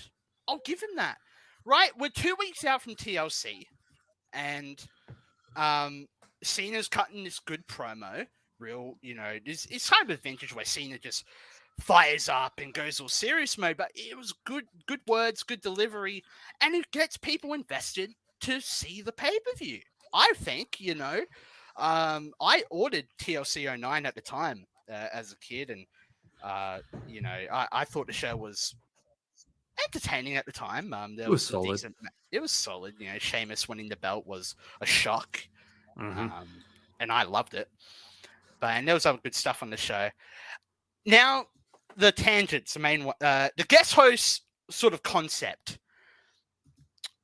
The guest host concept, I understand what WWE going for. Like, you want mainstream celebrities doing, the guest host every week. Get more eyes on the product.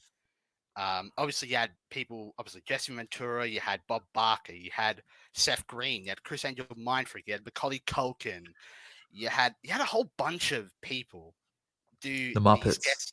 The Muppets. You could probably name a whole bunch more. And the concept. Yeah, I understand. It's good on paper, but most of these episodes in 09 were just no. Which leads into my second point. I wish, because that's the downside with the guest host concept. You're kind of like forgetting about storylines. Because, okay, you have, let's say, Bob Barker's guest hosting Raw, right? And there's kind of a little story, with Bob Barker. I know they did the Bob Barker, Chris Jericho stuff, right? And they could have turned that into a storyline. No, we're going to drop that because next week we're going to have fucking Seth Green host and do his thing. And maybe he has a storyline. I remember he did the stuff with Triple H and John Cena tagged up with them. That was cool. Can't do a story there. Let's drop that. Next week we got Chris Angel Mindfreak. Yeah, and so on and so forth. And so my point here, I wish they would have done something with Ventura where he managed Sheamus. Because, Ventura cut that promo on Cena. Oh, Cena, he's the guy with the good looks, and in the movies, it looks like, Ventura could have sided with Sheamus, and Ventura could have been a mouthpiece for Sheamus. I think that could have been a cool thing. But no, guest host fucking concept would drop anything like that, and we move on to the next show. So, on paper, the guest host thing is cool, but at the same time, no.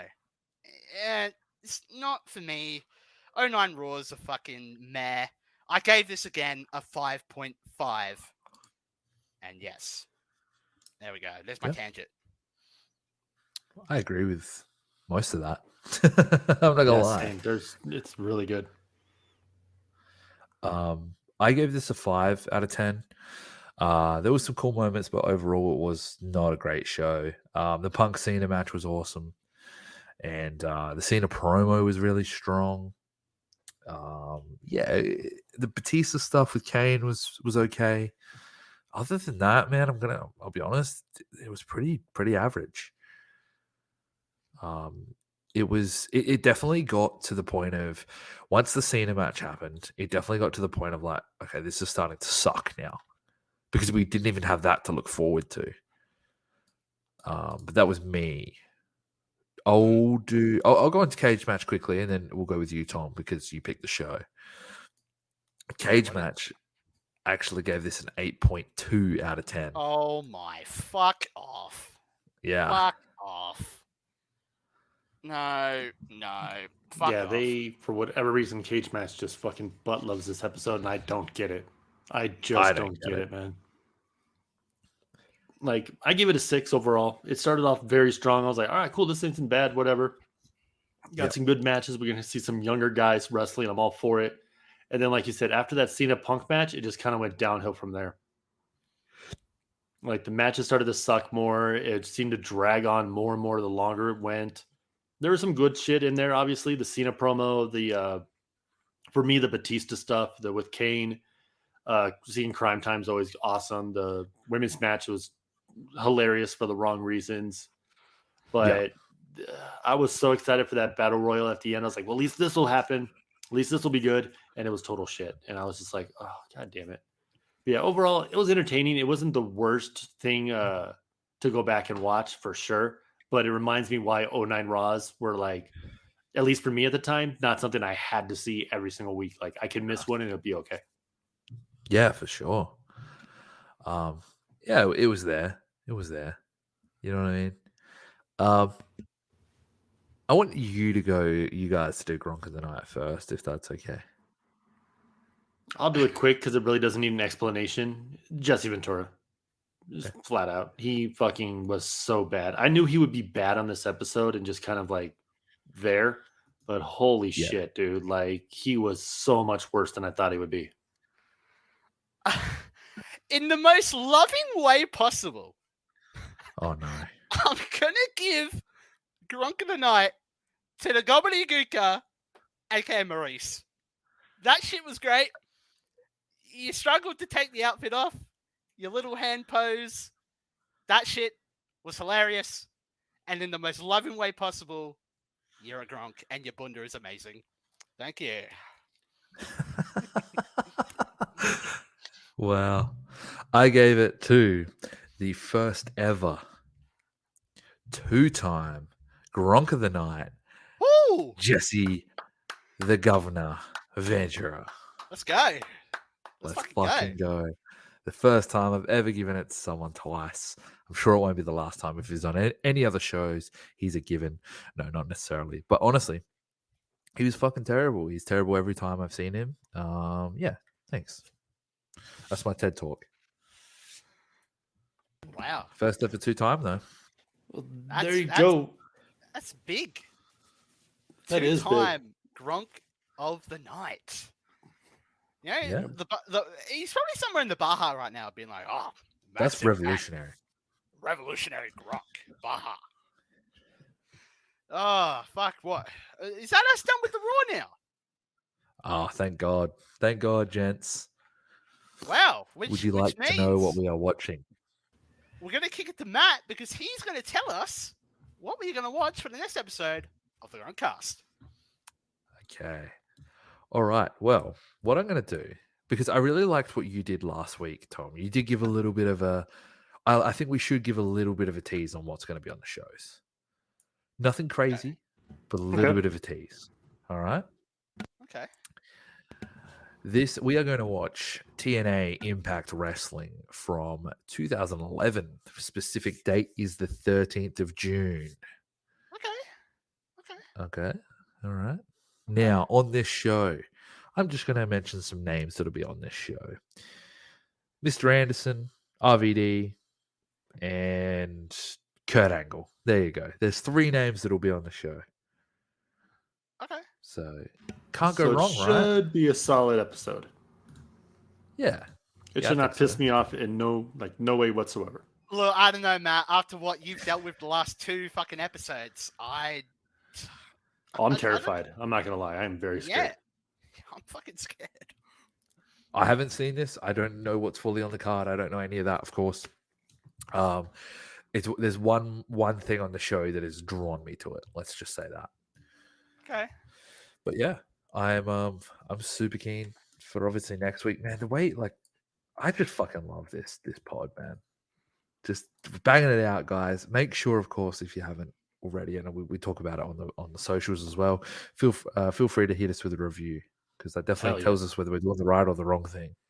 Exactly. Look, if I've offended anyone on this episode of the Gronkcast, Good. Be offended. Fuck you.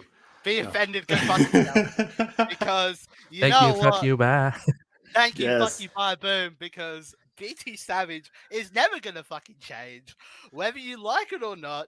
Because you know what? Yous are all a bunch of fucking cocksuckers. I don't give a shit. I've lost it now. Someone cut my mic. Is this thing on? No, but honestly, thank you for everyone that has hopefully stuck around for 2 hours and 45 minutes. Thank you so much. And yeah, I'm super keen to get into the next one, bit of TNA, and then we'll find out Yeah. what BT is going to choose for us the following week. Yeah, look, again, I have no idea what this TNA show holds. So I'm either going to be loving Matt or I'm going to be hating him by the end of this, which would be Sweet. very good.